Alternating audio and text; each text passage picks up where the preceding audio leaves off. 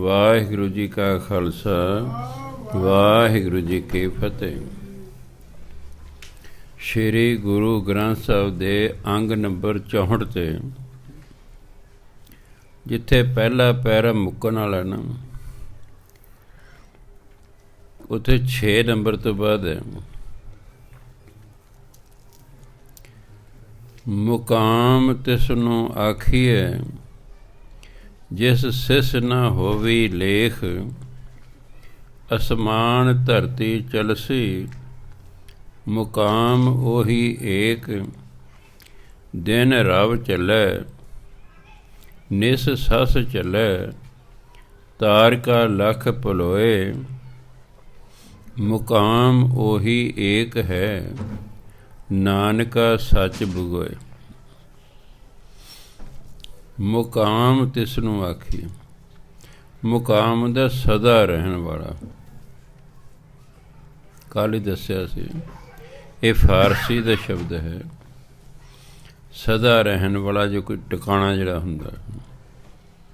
ਮੁਕਾਮ ਤਿਸਨੂੰ ਆਖੀਏ, ਸਦਾ ਰਹਿਣ ਵਾਲਾ ਉਸੇ ਨੂੰ ਹੀ ਕਿਹਾ ਜਾ ਸਕਦਾ ਹੈ ਜਿਸ ਸਿਸ ਨਾ ਹੋਵੀ ਲੇਖ, ਜਿਹਦੇ ਸਿਰ 'ਤੇ ਮੌਤ ਦਾ ਲੇਖ ਨਹੀਂ ਲਿਖਿਆ ਹੋਇਆ।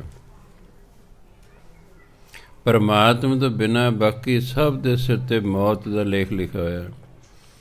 ਪਰਮਾਤਮਾ ਤੋਂ ਬਿਨਾਂ ਸਾਰੇ ਇੱਥੋਂ ਚਲੇ ਜਾਣੇ, ਪੱਕੇ ਤੌਰ 'ਤੇ ਕਿਸੇ ਨਹੀਂ ਰਹਿਣਾ।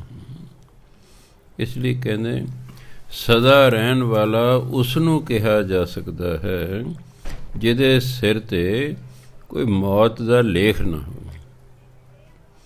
ਅਸਮਾਨ ਧਰਤੀ ਚਲਸੀ, ਮੁਕਾਮ ਉਹੀ ਏਕ। ਨਾ ਅਸਮਾਨ ਨੇ ਰਹਿਣਾ, ਨਾ ਧਰਤੀ ਨੇ ਰਹਿਣਾ। ਅਸਮਾਨ ਨੇ ਵੀ ਖਤਮ ਹੋ ਚਲੇ ਜਾਣਾ, ਧਰਤੀ ਨੇ ਵੀ ਚਲੇ ਜਾਣਾ। ਮੁਕਾਮ ਉਹੀ ਏਕ, ਉਹ ਇੱਕ ਪਰਮਾਤਮਾ ਹੀ ਸਦਾ ਰਹਿਣ ਵਾਲਾ ਹੈ। ਬਾਕੀ ਹਰ ਇੱਕ ਚੀਜ਼ ਚਲਾਏਮਾਨ ਹੈ। ਦਿਨ ਰਵ ਚੱਲੇ, ਰਾਵਣ ਦਾ ਸੂਰਜ, ਹਿੰਦੀ ਵਾਲੇ ਇਸਨੂੰ ਕਹਿੰਦੇ ਰਵੀ, ਆਪਾਂ ਗੁਰਬਾਣੀ ਅਨੁਸਾਰ ਕਹਿੰਦੇ ਰਵ। ਦਿਨ ਰਵ ਚੱਲੇ, ਦਿਨੇ ਸੂਰਜ ਚੱਲਦਾ ਹੈ। ਨਿਸ ਸਸ ਚੱਲੇ, ਸਸ ਜਿਹਨੂੰ ਹਿੰਦੀ ਕਹਿੰਦੇ ਸ਼ਸ਼ੀ, ਸਪੈਲਿੰਗ ਉਹੀ ਨੇ।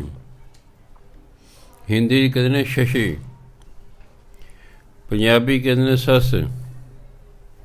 ਨਿਸ਼, ਹਿੰਦੀ ਸ਼ਬਦ ਹੈ ਨਿਸ਼ੀ, ਰਾਤ। ਸਸ ਚੰਦਰਮਾ, ਸ਼ਸ਼ੀ ਚੰਦਰਮਾ, ਨਿਸ਼ੀ ਰਾਤ। ਉਹਨੂੰ ਆਪਾਂ ਕਹਿੰਦੇ ਨਿਸ ਸਸ। ਦਿਨ ਰਵ ਚੱਲੇ, ਦਿਨੇ ਸੂਰਜ ਚੱਲਦਾ ਹੈ। ਨਿਸ ਸਸ ਚੱਲੇ, ਰਾਤ ਨੂੰ ਚੰਦਰਮਾ ਚੱਲਦਾ ਹੈ।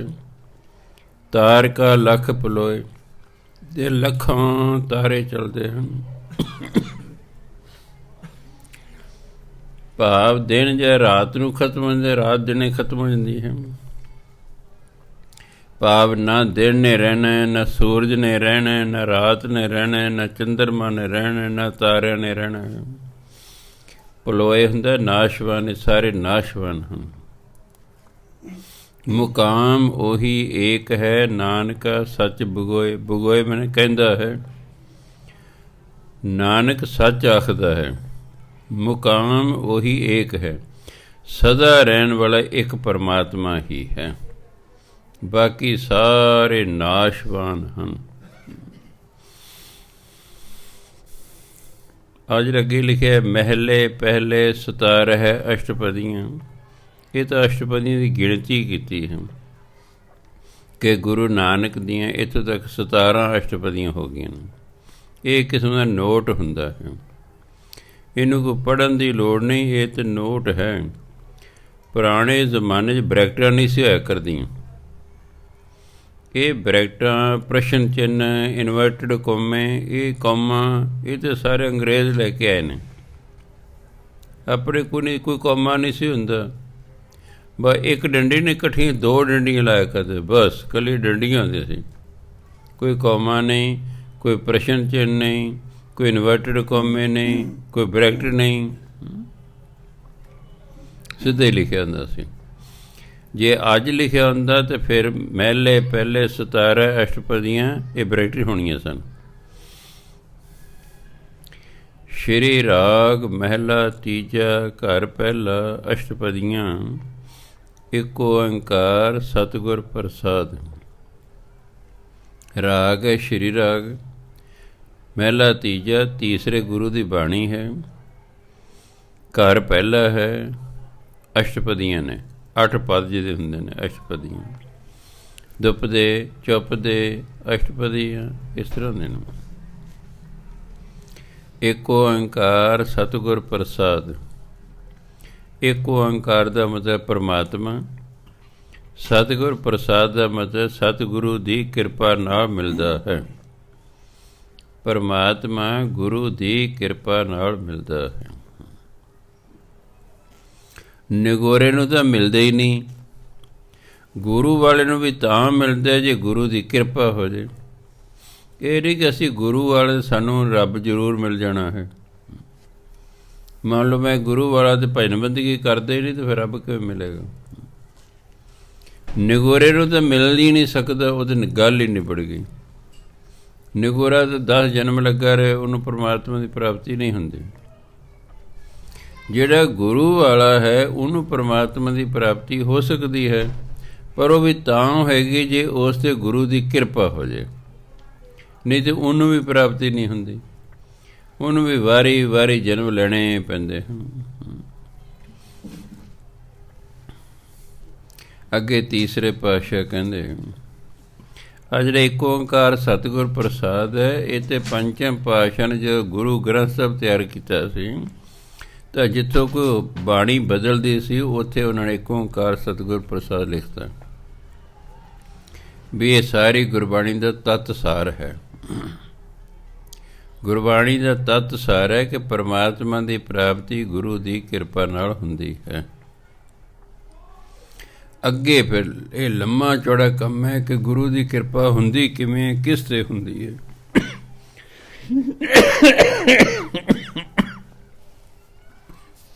ਉਹੀ ਫਿਰ ਅੱਗੇ ਸਾਰੇ ਗੁਰੂ ਗ੍ਰੰਥ 'ਚ ਵਿਆਖਿਆ ਕੀਤੀ ਹੋਈ। ਗੁਰਮੁਖ ਕਿਰਪਾ ਕਰੇ ਭਗਤ ਕੀਜੈ, ਬਿਨ ਗੁਰ ਭਗਤ ਨਾ ਹੋਏ। ਆਪੈ ਆਪ ਮਿਲਾਏ ਬੂਝੈ, ਤਾਂ ਨਿਰਮਲ ਹੋਵੇ ਕੋਏ। ਹਰ ਜੀਉ ਸੱਚਾ, ਸੱਚੀ ਬਾਣੀ ਸ਼ਬਦ ਮਿਲਾਵਾ ਹੋਏ। ਗੁਰਮੁਖ ਕਿਰਪਾ ਕਰੇ, ਜੇ ਗੁਰੂ ਕਿਰਪਾ ਕਰੇ ਨਾ ਭਗਤ ਕੀਜੈ, ਫਿਰ ਮਨੁੱਖ ਭਗਤੀ ਕਰਦਾ ਹੈ। ਬਿਨ ਗੁਰ ਭਗਤ ਨਾ ਹੋਏ, ਗੁਰੂ ਤੋਂ ਬਿਨਾਂ ਭਗਤੀ ਹੋ ਨਹੀਂ ਸਕਦੀ, ਕਿਉਂਕਿ ਭਗਤੀ ਦੇ ਵਿੱਚ ਗੁਰਮੰਤਰ ਦਾ ਜਾਪ ਕਰਨਾ ਅਤੇ ਗੁਰੂ ਵਾਲਾ ਹੈ ਨਹੀਂ, ਗੁਰਮੰਤਰ ਮਿਲਿਆ ਨਹੀਂ ਤੇ ਭਗਤੀ ਕਾਹਦੀ ਕਰੇਗਾ। ਭਗਤਾਂ ਨੇ, ਰਿਸ਼ੀਆਂ ਮੁਨੀਆਂ ਨੇ ਜੋ ਗੁਰੂ ਨੇ ਗੁਰਮੰਤਰ ਦਿੱਤਾ ਉਹਦਾ ਜਾਪ ਕੀਤਾ ਅਤੇ ਉਹਨਾਂ ਨੂੰ ਪ੍ਰਾਪਤੀ ਹੋਈ। ਗੁਰਮੰਤਰ ਨੇ ਪ੍ਰਾਪਤੀ ਕਰਾਉਣੀ ਹੈ। ਜਿਹੜਾ ਨਿਗੋਰਾ ਹੈ ਉਹਨੂੰ ਗੁਰਮੰਤਰ ਹੀ ਨਹੀਂ ਮਿਲਿਆ, ਫਿਰ ਉਹਨੇ ਭਜਨ ਬੰਦਗੀ ਕੀ ਕਰਨੀ। ਭਜਨ ਬੰਦਗੀ ਤਾਂ ਉਹੀ ਮੰਨੀ ਜਾਂਦੀ ਹੈ ਜਿਹਨੂੰ ਗੁਰਮੰਤਰ ਮਿਲਿਆ ਹੋਇਆ, ਗੁਰਮੰਤਰ ਦਾ ਜਾਪ ਕਰਦੇ ਰਿਹਾ। ਇਸ ਲਈ ਕਹਿੰਦੇ ਜੇ ਗੁਰੂ ਕਿਰਪਾ ਕਰੇ ਤਾਂ ਬੰਦਾ ਭਜਨ ਬੰਦਗੀ ਕਰਦਾ, ਗੁਰੂ ਤੋਂ ਬਿਨਾਂ ਭਗਤੀ ਨਹੀਂ ਹੋ ਸਕਦੀ। ਆਪੇ ਆਪ ਮਿਲਾਏ ਬੂਝੈ, ਤਾਂ ਨਿਰਮਲ ਹੋਵੇ ਕੋਈ। ਜਦੋਂ ਮਨੁੱਖ ਆਪਣੇ ਅੰਦਰੋਂ ਹਉਮੈ ਨੂੰ ਖਤਮ ਕਰ, ਆਪ ਹੁੰਦੇ ਹਉਮੈ, ਜਦੋਂ ਮਨੁੱਖ ਆਪਣੇ ਅੰਦਰੋਂ ਹਉਮੈ ਖਤਮ ਕਰ ਲੈਂਦਾ, ਬੂਝੈ, ਫਿਰ ਉਹਨੂੰ ਸੋਝੀ ਆਉਂਦੀ ਹੈ, ਤਾਂ ਨਿਰਮਲ ਹੋਵੇ ਕੋਈ, ਫਿਰ ਉਹ ਨਿਰਮਲ ਹੋ ਜਾਂਦਾ, ਕਿਉਂਕਿ ਹਉਮੈ ਦੀ ਮੈਲ ਹੀ ਅੰਦਰ ਲੱਗੀ ਹੋਈ ਹੈ। ਫਿਰ ਜਦੋਂ ਹਉਮੈ ਖਤਮ ਹੋ ਗਈ, ਅੰਦਰ ਮੈਲ ਖਤਮ ਹੋ ਗਈ, ਅਤੇ ਬੰਦਾ ਫਿਰ ਨਿਰਮਲ ਹੋ ਜਾਂਦਾ, ਮਨ ਨਿਰਮਲ ਹੋ ਜਾਂਦਾ। ਹਰ ਜੀਉ ਸੱਚਾ, ਸੱਚੀ ਬਾਣੀ ਸ਼ਬਦ ਮਿਲਾਵਾ ਹੋਈ।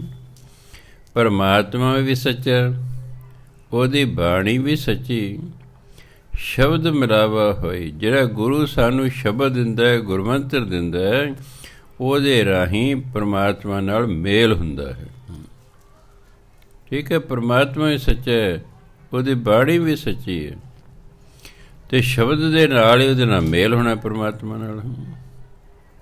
ਬਾਣੀ ਪੜ੍ਹਨੀ ਅਤੇ ਨਾਮ ਜਪਣਾ ਇਹ ਉਹਦੇ ਮਿਲਣ ਦਾ ਸਾਧਨ ਹੈ।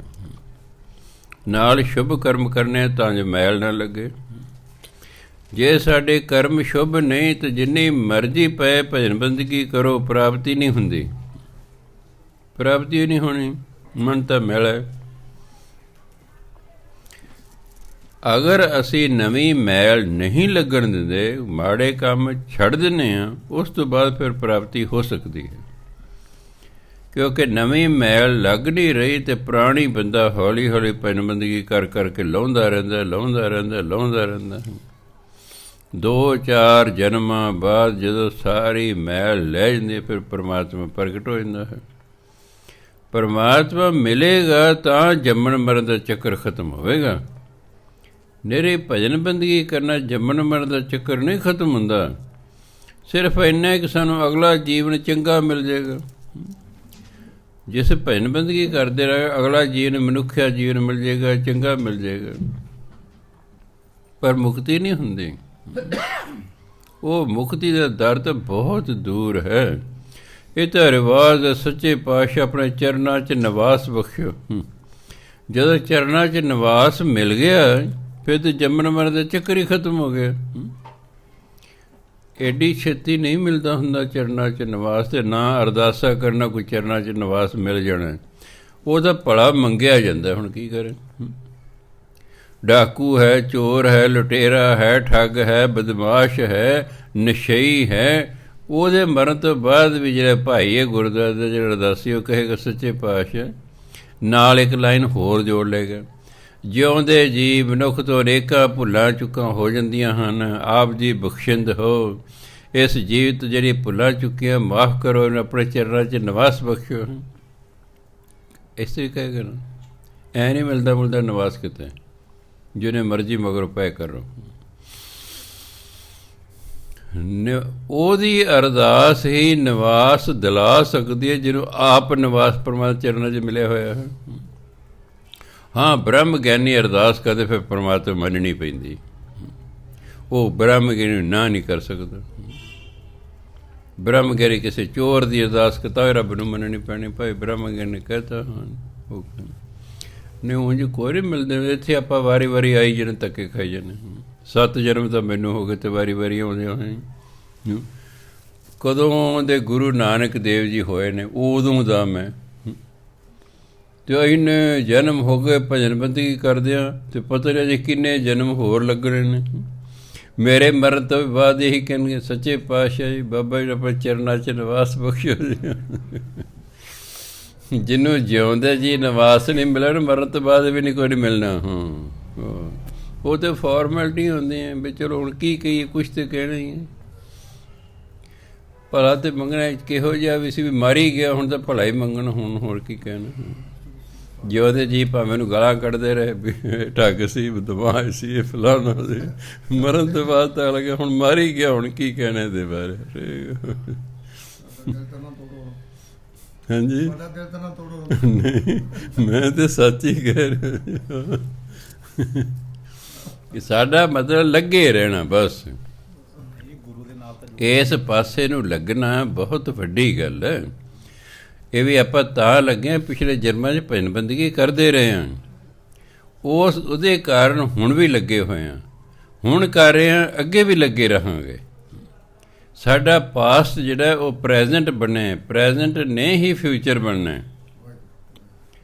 ਪਾਸਟ ਵੀ ਅਸੀਂ ਆਪ ਹੀ ਬਣਾਇਆ ਸੀ, ਪਾਸਟ ਪ੍ਰੈਜੈਂਟ ਬਣ ਗਿਆ ਹੈ। ਇਸੇ ਪ੍ਰੈਜੈਂਟ ਜੋ ਅਸੀਂ ਕਰ ਰਹੇ ਨੇ ਫਿਊਚਰ ਬਣਨਾ। ਬਸ ਹਰ ਬੰਦਾ ਆਪਣੀ ਕਿਸਮਤ ਆਪ ਬਣਾਉਂਦਾ ਹੈ।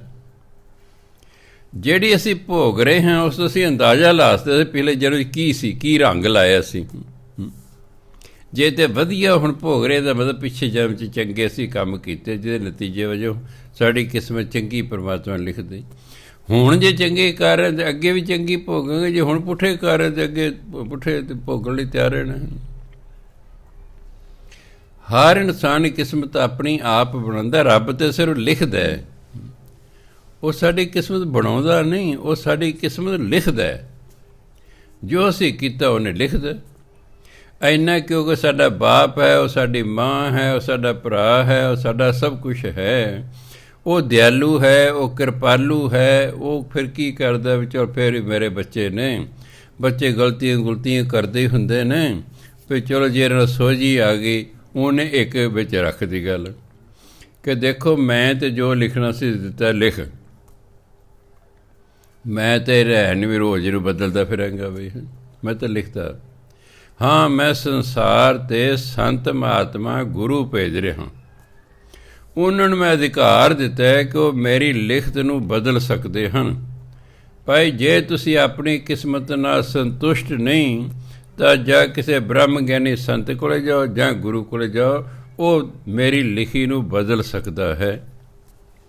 ਸੰਤ ਹੁਣ ਪਤਾ ਨਹੀਂ ਲੱਭੇ ਨਾ ਲੱਭੇ, ਕੀ ਗਰੰਟੀ ਹੈ ਫਲਾਣਾ ਸੰਤ ਹੈ ਜੀ। ਆਪਾਂ ਗਰੰਟੀ ਨਾਲ ਨਹੀਂ ਕਹਦੇ ਫਲਾਣਾ ਬੰਦਾ ਸੰਤ ਹੈ ਜੀ, ਜਿੰਨਾ ਚਿਰ ਮਰ ਨਹੀਂ ਜਾਂਦਾ।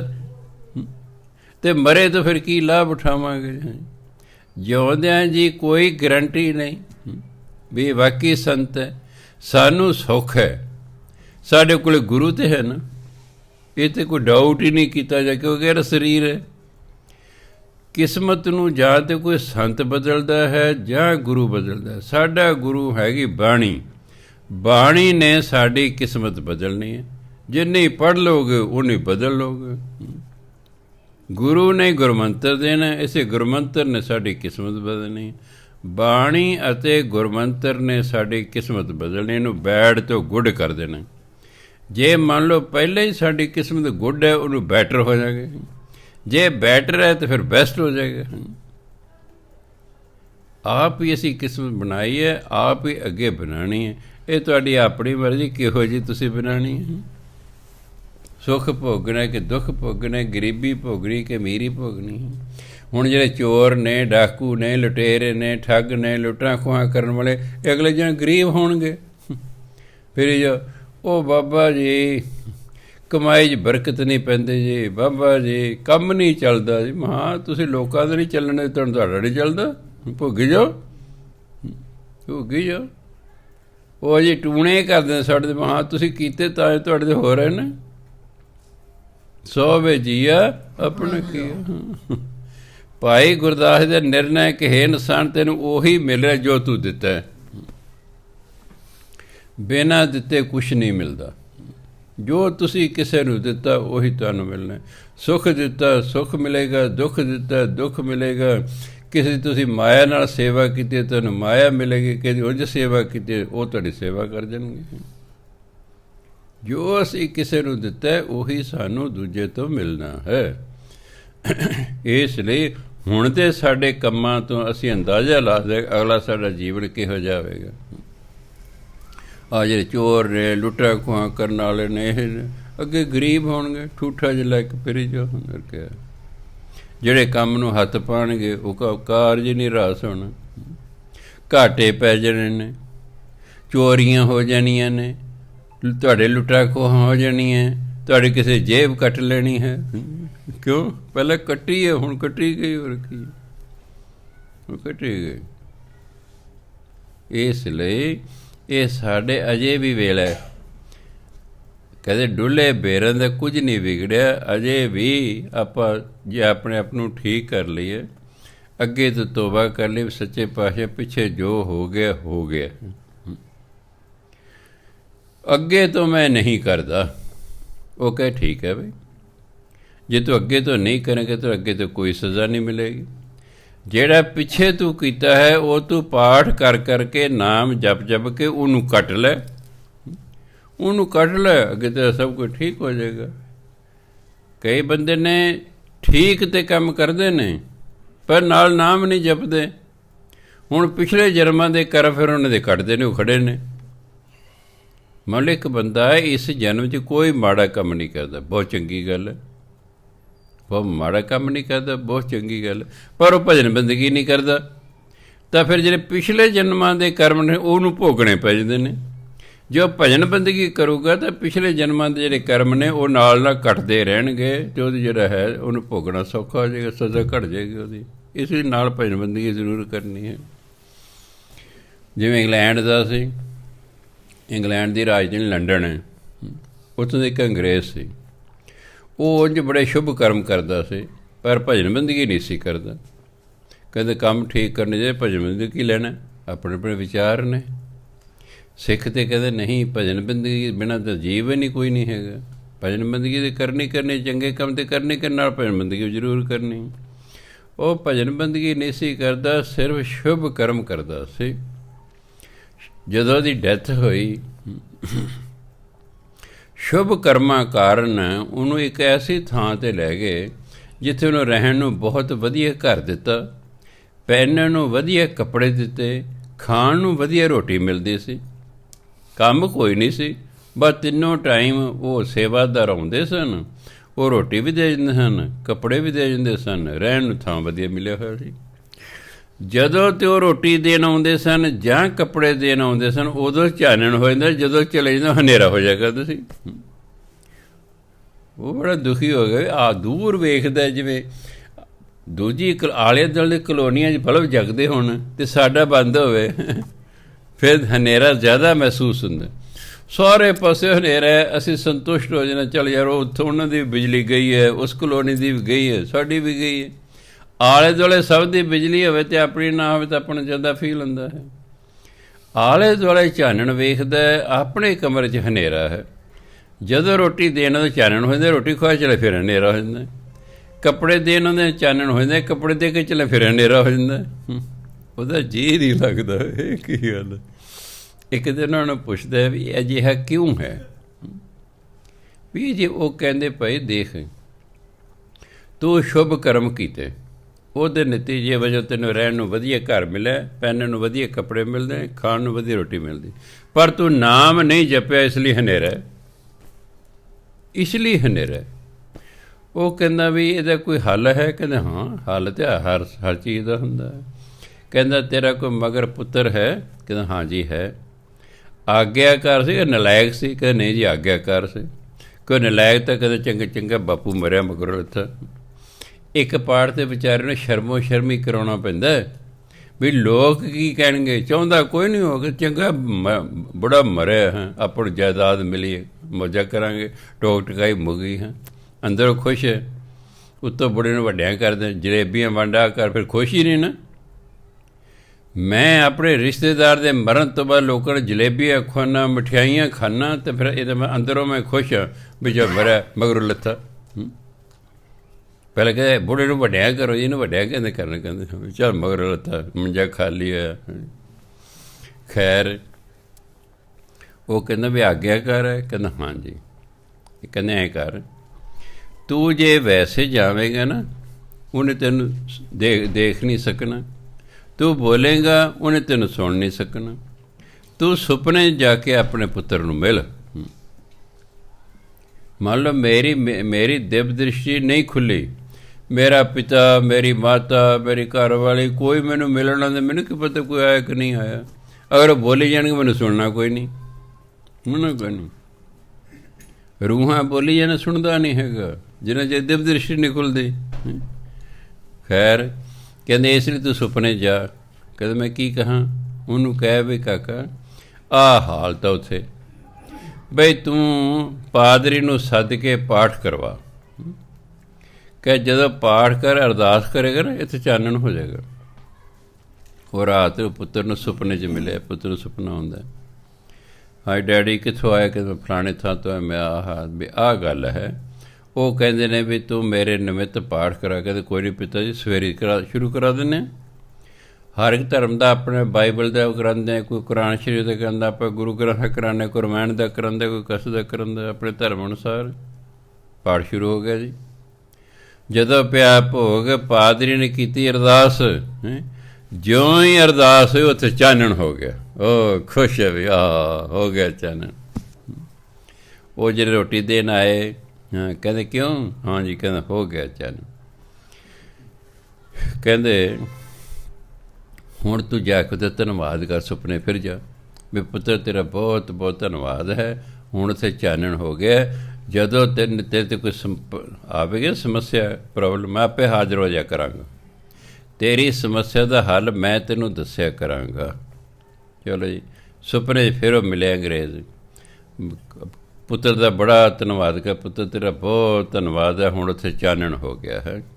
ਕੋਈ ਨਹੀਂ, ਜਦੋਂ ਤੇਰੇ 'ਤੇ ਕੋਈ ਮੁਸੀਬਤ ਆਉਣ ਲੱਗੇ, ਕੋਈ ਸਮੱਸਿਆ, ਮੈਂ ਤੈਨੂੰ ਪਹਿਲਾਂ ਹੱਲ ਦੱਸ ਜਾ ਕਰਾਂਗਾ। ਚਲੋ ਜੀ, ਪੁੱਤਰ ਨੇ ਕੁਝ ਦਿਨਾਂ ਬਾਅਦ ਖਰੀਦਣੀ ਸੀ ਕਾਰ ਖਰੀਦਣੀ ਸੀ। ਇੱਕੋ ਹੀ ਕਾਰ ਸੀ ਜਿਸਦਾ ਉਹਨੂੰ ਰੰਗ ਪਸੰਦ ਸੀ। ਉਹਨਾਂ ਨੂੰ 10,000 ਰੁਪਏ ਦੇਤਾ ਵੀ ਬਾਕੀ ਮੈਂ ਸਵੇਰੇ ਆ ਕੇ ਲੈ ਜਾਵਾਂਗਾ ਕਾਰ, ਇਹ ਮੇਰੀ ਹੋ ਗਈ। ਬੱਚੇ ਨੇ ਜਿਹੜੀ ਕਾਰ ਪਸੰਦ ਕੀਤੀ ਉਹ ਇੱਕੋ ਹੀ ਸੀ, ਉਸ ਰੰਗ ਦੀ, ਬਾਕੀ ਹੋਰ ਰੰਗਾਂ ਦੀਆਂ ਸਨ।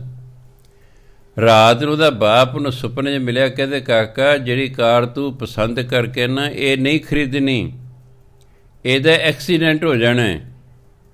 ਕਹਿੰਦੇ ਵੀ ਮੈਂ ਉਹਨਾਂ ਨੂੰ ਦੇ ਆਇਆ 10,000। ਉਹ ਕਹਿੰਦੇ ਕੋਈ ਗੱਲ ਨਹੀਂ, ਉਹ ਭਾਵੇਂ ਛੱਡ ਦੇ, ਇਹ ਕਾਰ ਨਹੀਂ ਖਰੀਦਣੀ, ਹੋਰ ਖਰੀਦਣੀ ਹੈ। ਕਹੇ ਚਲੋ ਜੀ। ਸਵੇਰੇ ਜਿਸ ਵੇਲੇ ਕਿਹਾ ਸੀ ਉਸ ਵੇਲੇ ਚਲੇ ਗਏ ਉੱਥੇ। ਇੰਨੇ ਜਿਹਨੇ ਉੱਥੇ ਇੱਕ ਹੋਰ ਬੰਦਾ ਪਹਿਲਾਂ ਆ ਗਿਆ, ਉਹਨਾਂ ਮਾਲਕਾਂ ਨੂੰ ਕਹਿੰਦਾ ਮੈਂ ਇਹ ਕਾਰ ਖਰੀਦਣੀ ਹੈ। ਉਹ ਕਹਿੰਦੇ ਦੇਖੋ ਵੀ ਇਸ ਕਾਰ ਦੀ ਤਾਂ ਹੋ ਗਈ ਸਾਈ, ਉਹ ਬੰਦਾ ਆਉਣ ਵਾਲਾ ਹੈ, ਤੂੰ ਉਹਨੂੰ ਤਰਲਾ ਕਰਕੇ ਵੇਖ ਲਈ, ਜੋ ਤੈਨੂੰ ਦੇ ਦੇਗਾ ਸਾਨੂੰ ਤਾਂ ਕੋਈ ਇਤਰਾਜ਼ ਨਹੀਂ ਹੈ, ਵੀ ਉਹਦੀ ਸਾਈ ਆਈ ਹੋਈ ਹੈ। ਇਹਨੇ ਉਹ ਵੀ ਆ ਗਿਆ। ਉਹ ਪਹਿਲਾਂ ਕਹਿੰਦਾ ਭਾਈ ਤੁਸੀਂ ਇਹ ਕਾਰ ਲੈਣੀ? ਕਹਿੰਦਾ ਹਾਂ ਜੀ। ਕਹਿੰਦਾ ਜੀ ਇਹ ਤੁਸੀਂ ਮੈਨੂੰ ਕਾਰ ਦੇ ਦਿਓ। ਉਹ ਤਾਂ ਪਹਿਲੇ ਤਿਆਰ ਸੀ। ਕਹਿੰਦਾ ਭਾਈ ਤੂੰ ਲੈ ਲਾ ਕਾਰ। ਚਲੋ ਉਹਨੇ ਉਹ ਜਿਹੜੇ ਉਹਨੇ ਹੋਰ ਕਾਰ ਲੈ ਲਈ। ਉਹ ਜਿਹੜਾ ਪਹਿਲਾ ਬੰਦਾ ਉਹ ਕਾਰ ਲੈ ਕੇ ਚਲੇ ਗਿਆ। ਲੋ ਉਹ ਬੰਦਾ, ਕਿਉਂ ਤੁਹਾਨੂੰ ਪਤਾ ਹੈ ਇਹ ਜਿਹੜੇ ਕਾਰਾਂ ਵਾਲੇ ਸਕੂਟਰ ਵਾਲੇ ਨਾ, ਉਹਨਾਂ ਕੋਈ ਤੇਲ ਪਾ ਕੇ ਦਿੰਦੇ ਵੀ ਜੇ ਤੁਸੀਂ ਪੈਟਰੋਲ ਪੰਪ ਤੱਕ ਪਹੁੰਚ ਜਾਓ, ਤੁਹਾਡੀ ਕਾਰ 'ਚ 5-7 ਲੀਟਰ ਤੇਲ ਨਹੀਂ ਪਾਉਣਗੇ, ਲੀਟਰ ਕੁ ਪਾ ਦੇਣਗੇ। ਤੁਹਾਡੇ ਸਕੂਟਰ ਲੈ ਲਓ, ਪਾਈਆ ਤੇਲ ਪਾ ਕੇ ਦਿੰਦੇ ਨੇ ਵੀ ਉੱਥੋਂ ਤੱਕ ਚਲੇ ਜਾਓ, ਉੱਥੇ ਬਾਕੀ ਪਾ ਲਈ। ਉਹ ਜਾ ਰਿਹਾ ਪੈਟਰੋਲ ਪੰਪ ਨੂੰ, ਰਾਹ 'ਚ ਐਕਸੀਡੈਂਟ ਹੋਇਆ, ਉਹ ਬੰਦਾ ਉੱਥੇ ਥਾਂ ਹੀ ਮਰ ਗਿਆ।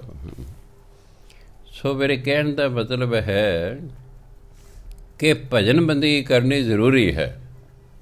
ਉਹਨੇ ਸ਼ੁਭ ਕਰਮ ਤੇ ਕੀਤੇ, ਸ਼ੁਭ ਕਰਮਾਂ ਕਾਰਨ ਉਹਨੂੰ ਥਾਂ ਵੀ ਚੰਗੀ ਮਿਲ ਗਈ, ਰੋਟੀ ਪਾਣੀ ਕੱਪੜਾ ਵੀ ਵਧੀਆ ਮਿਲਦਾ ਸੀ, ਪਰ ਹਨੇਰਾ ਰਹਿੰਦਾ ਸੀ।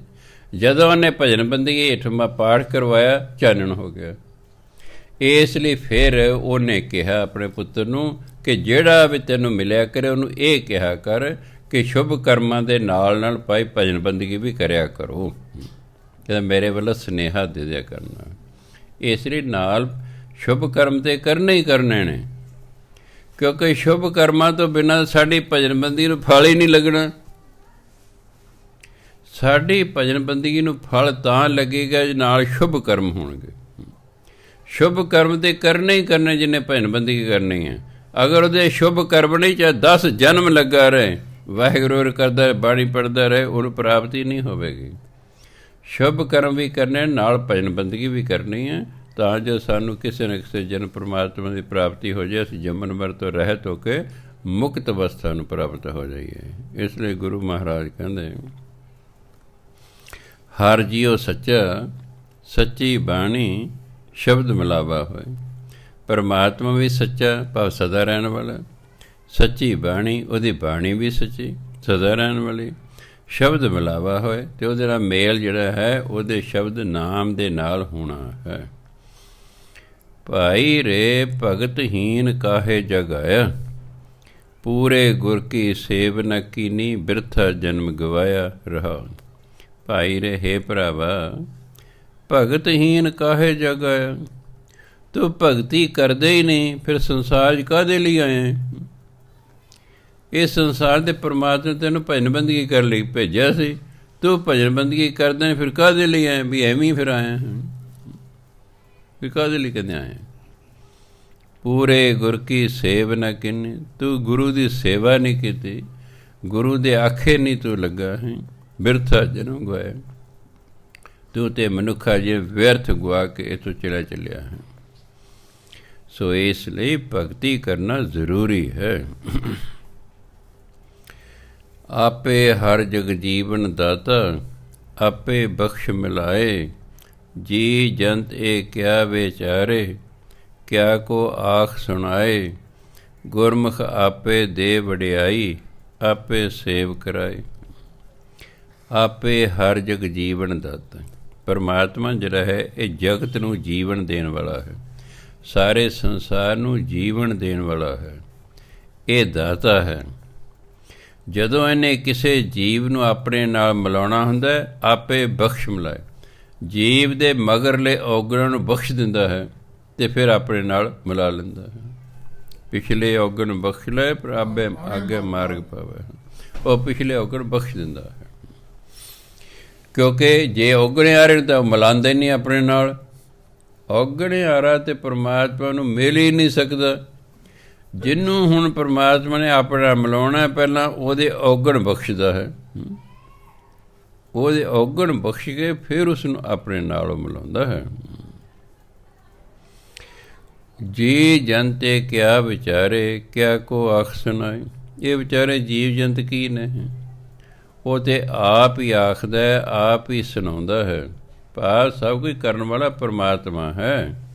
ਜੀਵ ਤਾਂ ਉਹਦੀ ਕਠ ਪੁਤਲੀਆਂ ਨੇ। ਜਿਵੇਂ ਪਰਮਾਤਮਾ ਕਿਸੇ ਜੀਵ ਤੋਂ ਕਰਾਉਂਦਾ ਹੈ, ਉਵੇਂ ਇਹ ਜੀਵ ਕਰਦਾ ਹੈ। ਆਪ ਹੀ ਕਰਨ ਜੋਗਾ ਕੁਛ ਨਹੀਂ ਹੈ। ਗੁਰਮੁਖ ਆਪੇ ਦੇ ਵਡਿਆਈ, ਆਪੇ ਸੇਵ ਕਰਾਈ। ਗੁਰੂ ਦੇ ਰਾਹੀਂ ਪਰਮਾਤਮਾ ਫਿਰ ਵਡਿਆਈ ਬਖਸ਼ਦਾ ਹੈ, ਆਪ ਹੀ ਫਿਰ ਇਸ ਮਨੁੱਖ ਤੋਂ ਸੇਵਾ ਕਰਾਉਂਦਾ ਹੈ। ਕਰਾਉਂਦਾ ਗੁਰੂ ਰਾਹੀਂ ਹੈ, ਕਿਉਂਕਿ ਪਰਮਾਤਮਾ ਨੇ ਗੁਰੂ ਨੂੰ ਵਡਿਆਈ ਬਖਸ਼ਣੀ ਹੈ ਕਿ ਤੂੰ ਇਹਨਾਂ ਜੀਵਾਂ ਨੂੰ ਮੇਰੇ ਨਾਲ ਮਿਲਾਉਣ ਵਾਲਾ ਹੈ। ਜਿਵੇਂ ਸਾਧੂ ਆਉਂਦੇ ਨੇ, ਉਹਨਾਂ ਦਾ ਕੰਮ ਹੈ ਗੁਰੂ ਨਾਲ ਮਿਲਾਉਣਾ। ਗੁਰੂ ਦਾ ਕੰਮ ਹੈ ਰੱਬ ਨਾਲ ਮਿਲਾਉਣਾ। ਤਾਂ ਇਹ ਜਿੰਨੇ ਸੰਤ ਕਹਿੰਦੇ ਭਾਈ ਗੁਰੂ ਵਾਲੇ ਹੋਵੋ, ਗੁਰੂ ਵਾਲੇ ਹੋਵੋ, ਕਦੇ ਕਰੇ ਉਹਨਾਂ ਦੀ ਡਿਊਟੀ ਹੈ ਵੀ ਤੁਸੀਂ ਗੁਰੂ ਨਾਲ ਮਿਲਾਉਣਾ ਸਿੱਖ ਨੂੰ। ਬਸ ਤੁਸੀਂ ਗੁਰੂ ਨਾਲ ਮਿਲਾਉਣਾ ਹੈ। ਅੱਗੇ ਗੁਰੂ ਦਾ ਕੰਮ ਹੈ ਪਰਮਾਤਮਾ ਨਾਲ ਮਿਲਾਉਣਾ। ਸਾਧੂ ਸੰਤ ਦਾ ਕੰਮ ਹੈ ਕਿਸੇ ਨੂੰ ਗੁਰੂ ਦੇ ਨਾਲ ਮਿਲਾ ਦੇਣਾ, ਗੁਰੂ ਵਾਲਾ ਬਣਾ ਦੇਣਾ, ਉਹਨੂੰ ਗੁਰਮੰਤਰ ਦਿਲਾ ਦੇਣਾ ਕਿ ਲੈ ਭਾਈ ਅੱਗੇ ਕਮਾਈ ਹੁਣ ਤੂੰ ਕਰਨੀ ਹੈ। ਇਸ ਲਈ ਗੁਰਮੁਖ ਆਪੇ ਦੇਵੜੇ। ਗੁਰਮੁਖ ਮੈਂ ਗੁਰੂ ਰਾਹੀਂ ਪਰਮਾਤਮਾ ਆਪ ਹੀ ਵਡਿਆਈ ਬਖਸ਼ਦਾ ਜੀਵ ਨੂੰ, ਆਪ ਹੀ ਸੇਵਾ ਸਿਮਰਨ ਕਰਾਉਂਦਾ ਹੈ। ਦੇਖ ਕੁਟੰਬ ਮੋਹ ਲੁਭਾਣਾ।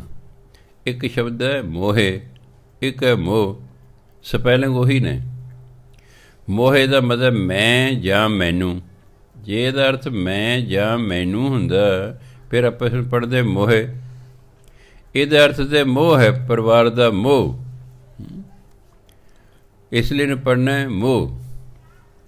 ਮੋਹ ਕਿਉਂਕਿ ਨਾਉਨ ਹੈ, ਪ੍ਰੇਮ।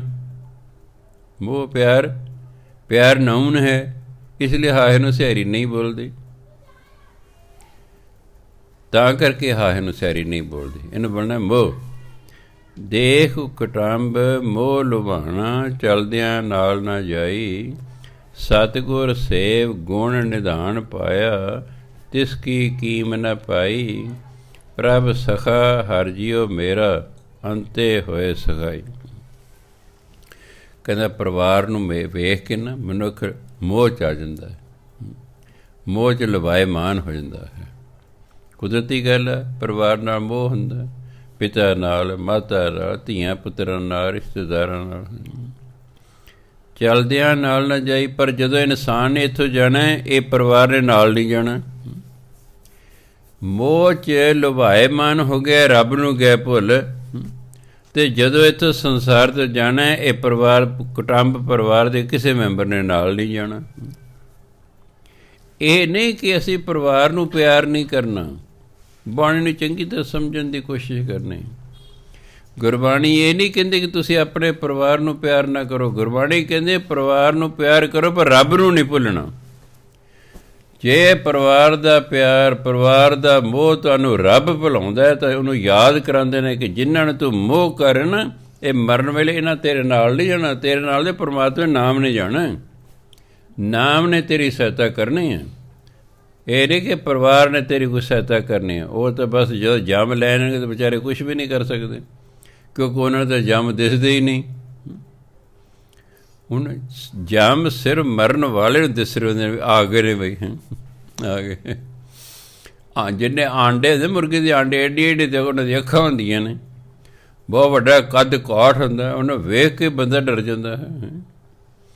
ਜਿਵੇਂ ਆਪਣੇ ਨਾਲ ਕੋਈ ਅੱਖਾਂ ਕੱਢੇ ਤੇ ਆਪਾਂ ਡਰ ਜਾਵੇ। ਹਾਂ, ਜਮਾਂ ਨੂੰ ਤਾਂ ਵੇਖ ਕੇ ਬੰਦੇ ਚੰਗਿਆੜਾ ਨਿਕਲਦੇ, ਚੀਕਾਂ ਮਾਰਦਾ ਹੈ, ਆ ਕੇ ਵੀ ਲੈਣ। ਹਾਂਜੀ, ਜਿਵੇਂ ਛੋਟਾ ਜਵਾਕ ਹੈ, ਡਾਕਟਰ ਕੋਲ ਲੈ ਜਾਓ, ਡਾਕਟਰ ਨੇ ਟੀਕਾ ਲਾਉਣਾ ਉਹਦੇ, ਅਜੇ ਸੂਈ ਚੁਭਾਈ ਕੋਈ ਨਹੀਂ, ਉਹ ਪਹਿਲੇ ਚੀਕਾਂ ਮਾਰਦਾ ਵੀ ਹਾਏ ਟੀਕਾ ਲੱਗੂਗਾ, ਹਾਏ ਸੂਈ ਚੁਭੇਗੀ।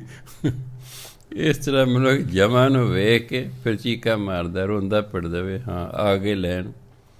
ਅਤੇ ਉਹ ਜਿਹੜੇ ਜਿਨ੍ਹਾਂ ਲਈ ਪਿਆਰ ਕੀਤਾ, ਜਿਨ੍ਹਾਂ ਕਰਕੇ ਰੱਬ ਨੂੰ ਭੁੱਲ ਗਿਆ, ਉਹ ਨਾਲ ਨਹੀਂ ਜਾ ਸਕਦੇ, ਸਹਾਇਤਾ ਨਹੀਂ ਕੋਈ ਕਰ ਸਕਦੇ। ਉਹ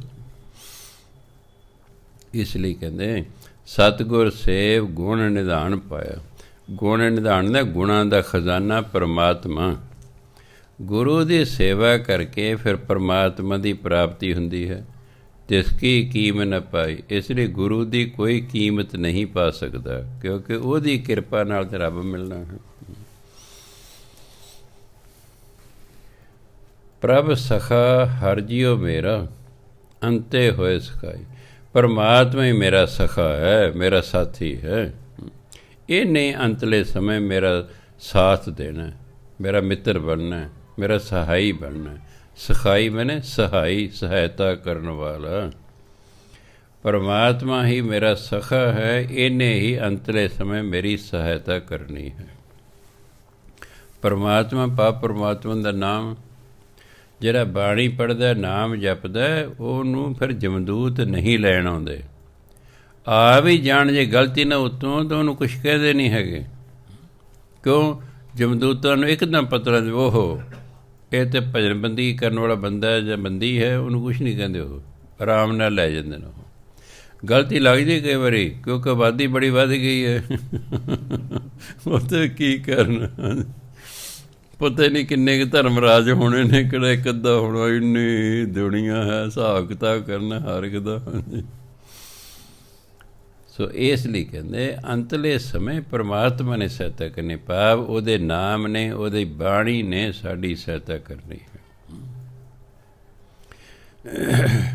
ਜਿਵੇਂ ਹਿਮਾਚਲ 'ਚ ਊਨਾ ਹੈ ਜਗ੍ਹਾ, ਉੱਥੇ ਜਿਹੜਾ ਹੈ ਗੁਰੂ ਨਾਨਕ ਦੇਵ ਮਹਾਰਾਜ ਦੇ ਅੱਗੇ ਬੇਦੀ ਕੋਲ 'ਚੋਂ ਨੇ, ਉਹਨਾਂ ਦਾ ਡੇਰਾ ਉੱਥੇ।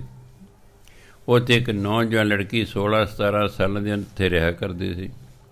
ਉਹ ਰੋਜ਼ 100 ਜਪਜੀ ਸਾਹਿਬ ਦਾ ਪਾਠ ਕਰਦੀ ਸੀ ਲੜਕੀ, ਉੱਥੇ ਡੇਰੇ 'ਚ ਹੀ ਰਹਿੰਦੀ, ਸੇਵਾ ਕਰਦੀ, 100 ਜਪਜੀ ਸਾਹਿਬ ਦਾ ਰੋਜ਼ ਪਾਠ ਕਰਦੀ। ਉੱਪਰੋਂ ਕਿਤੇ ਗਲਤੀ ਨਾਲ ਉਹਨੂੰ ਲੈਣ ਆ ਗਏ ਜੀ। ਹੁਣ ਜਮਨ ਤਾਂ ਹੁਕਮ ਸੀ ਵੀ ਫਲਾਣੇ ਨੂੰ ਲੈ ਆਓ ਚੱਕੇ। ਉਹ ਜਦੋਂ ਜਾਮ ਆਇਆ, ਉਹਨੇ ਦੇਖਿਆ ਵੀ ਓਹੋ ਉੱਤੇ ਗਲਤੀ ਲੱਗ ਗਈ, ਇਹ ਤਾਂ ਬਹੁਤ ਭਜਨ ਬੰਦਗੀ ਕਰਨ ਵਾਲੀ ਲੜਕੀ ਹੈ। ਚਲੋ ਲੈ ਗਏ, ਉਸ ਨੂੰ ਕਿਹਾ ਕੁਛ ਨਹੀਂ, ਆਰਾਮ ਨਾਲ ਲੈ ਕੇ ਚਲੇ ਗਏ। ਜਦੋਂ ਧਰਮਰਾਜ ਦੇ ਪੇਸ਼ ਕੀਤੀ, ਉਹਨੇ ਦੇਖਿਆ ਰਜਿਸਟਰ, ਉਹ ਲੜਕੀ ਵਾਪਸ ਜਿਉਂਦੀ ਹੋ ਗਈ। ਉਹ ਸੁਣਾਉਂਦੀ ਹੈ, ਕਹਿੰਦੇ ਮੈਨੂੰ ਆਰਾਮ ਨਾਲ ਲੈ ਗਏ, ਮੈਨੂੰ ਕੁਛ ਨਹੀਂ ਉਹਨਾਂ ਨੇ ਕਿਹਾ। ਕਹੇ ਜਦੋਂ ਧਰਮਰਾਜ ਨੇ ਰਜਿਸਟਰ ਵੇਖਿਆ ਨਾ, ਉਹ ਖੜ੍ਹਾ ਹੋ ਗਿਆ ਆਪਣੀ ਥਾਂ ਤੋਂ। ਕਹਿੰਦਾ ਦੋਨੋਂ ਹੱਥ ਜੋੜ ਕੇ ਮੇਰੇ ਤੋਂ ਮਾਫ਼ੀ ਮੰਗਣ ਲੱਗ ਗਿਆ ਵੀ ਤੁਸੀਂ ਤੇ ਗੁਰੂ ਨਾਨਕ ਦੇ ਦਰ 'ਤੇ ਜਾਣਾ ਸੀ, ਇਹ ਗਲਤੀ ਨਾਲ ਤੁਹਾਨੂੰ ਲੈ ਆਏ ਨੇ, ਇਹਨੇ ਤੁਹਾਨੂੰ ਕੁਛ ਕਿਹਾ ਤਾਂ ਨਹੀਂ? ਮੈਂ ਕਿਹਾ ਨਹੀਂ, ਮੈਨੂੰ ਕੁਛ ਨਹੀਂ ਕਿਹਾ। ਕਹਿੰਦੇ ਕਿੰਨੇ ਵਾਰ ਉਹਨੇ ਮੇਰੇ ਤੋਂ ਮਾਫ਼ੀ ਮੰਗੀ। ਕਹਿੰਦੇ ਭਾਈ ਇਹਨੇ ਤਾਂ ਗੁਰੂ ਨਾਨਕ ਦੇ ਦਰ 'ਤੇ ਜਾਣਾ, ਤੁਸੀਂ ਗਲਤੀ ਨਾਲ ਇਸ ਨੂੰ ਲੈ ਆਓ, ਜੋ ਪਿਆਰ ਸਤਿਕਾਰ ਸੇ ਛੱਡ ਕੇ ਆਓ। ਅਤੇ ਕਹਿੰਦੇ ਉਹ ਮੈਨੂੰ ਫਿਰ ਪਿਆਰ ਨਾਲ ਛੱਡ ਗਏ ਆਰਾਮ ਨਾਲ, ਅਤੇ ਮੈਂ ਜਿਉਂਦੀ ਹੋ ਗਈ। ਬਾਣੀ ਪੜ੍ਹੀ ਸੀ, ਧਰਮਰਾਜ ਕਹਿੰਦੀ ਖੜ੍ਹਾ ਹੋ ਗਿਆ ਆਪਣੀ ਕੁਰਸੀ 'ਤੇ, ਜਦ ਮੇਰੇ ਨਾਲ ਰਿਕਾਰਡ ਵੇਖਿਆ ਅਤੇ ਰਜਿਸਟਰ 'ਚ ਹੈ ਵੀ ਤਾਂ 100 ਜਪਜੀ ਸਾਹਿਬ ਦਾ ਰੋਜ਼ ਪਾਠ ਕਰਨ ਵਾਲੀ ਹੈ, ਕਹਿਣ ਤਾਂ ਗੁਰੂ ਨਾਨਕ ਦੇ ਦਰ 'ਤੇ ਜਾਣਾ ਹੈ। ਇਸ ਲਈ ਭਾਈ ਭਜਨ ਬੰਦਗੀ ਕਰਦੇ ਰਹੀਦਾ ਹੁੰਦਾ, ਜਿੰਨਾ ਵੀ ਸਮਾਂ ਮਿਲੇ। ਚਲੋ ਆਪਾਂ ਗ੍ਰਸਤੀ ਬੰਦੇ ਹਾਂ, 100 ਜਪਜੀ ਸਾਹਿਬ ਦਾ ਨਹੀਂ ਵੀ ਪਾਠ ਕਰਦੇ, ਚਲੋ ਨਿਤਨੇਮ ਹੀ ਸਹੀ, ਘੱਟ ਤੋਂ ਘੱਟ ਨਿਤਨੇਮ ਦਾ 3 ਟਾਈਮ ਕਰੋ ਨਾ। ਸਵੇਰੇ 5 ਬਾਣੀਆਂ, ਸ਼ਾਮ ਨੂੰ ਰਹਿ ਰਾਸ, ਰਾਤ ਨੂੰ ਸਵੇਲੇ ਸਦਾ ਪਾਠ। ਇਹ ਤਾਂ ਹਰ ਸਿੱਖ ਲਈ ਘੱਟ ਤੋਂ ਘੱਟ ਹੈ। ਇਹ ਤਾਂ ਘੱਟ ਤੋਂ ਘੱਟ ਹੈ। ਬਾਕੀ ਜਿੰਨਾ ਸਮਾਂ ਮਿਲੇ ਹੋਰ ਬਾਣੀ ਪੜ੍ਹੋ, ਸਿਮਰਨ ਕਰੋ। ਨਿਤਨੇਮ ਤੇ ਕਰਨਾ ਹੀ ਕਰਨਾ, ਇਹ ਤਾਂ ਕੋਈ ਛੂਟ ਹੀ ਨਹੀਂ ਹੈਗੀ। ਇਸ ਲਈ ਛੋਟਿਆਂ ਬੱਚਿਆਂ ਨੂੰ ਹੌਲੀ ਹੌਲੀ ਬਾਣੀ ਯਾਦ ਕਰਵਾਇਆ ਕਰੋ।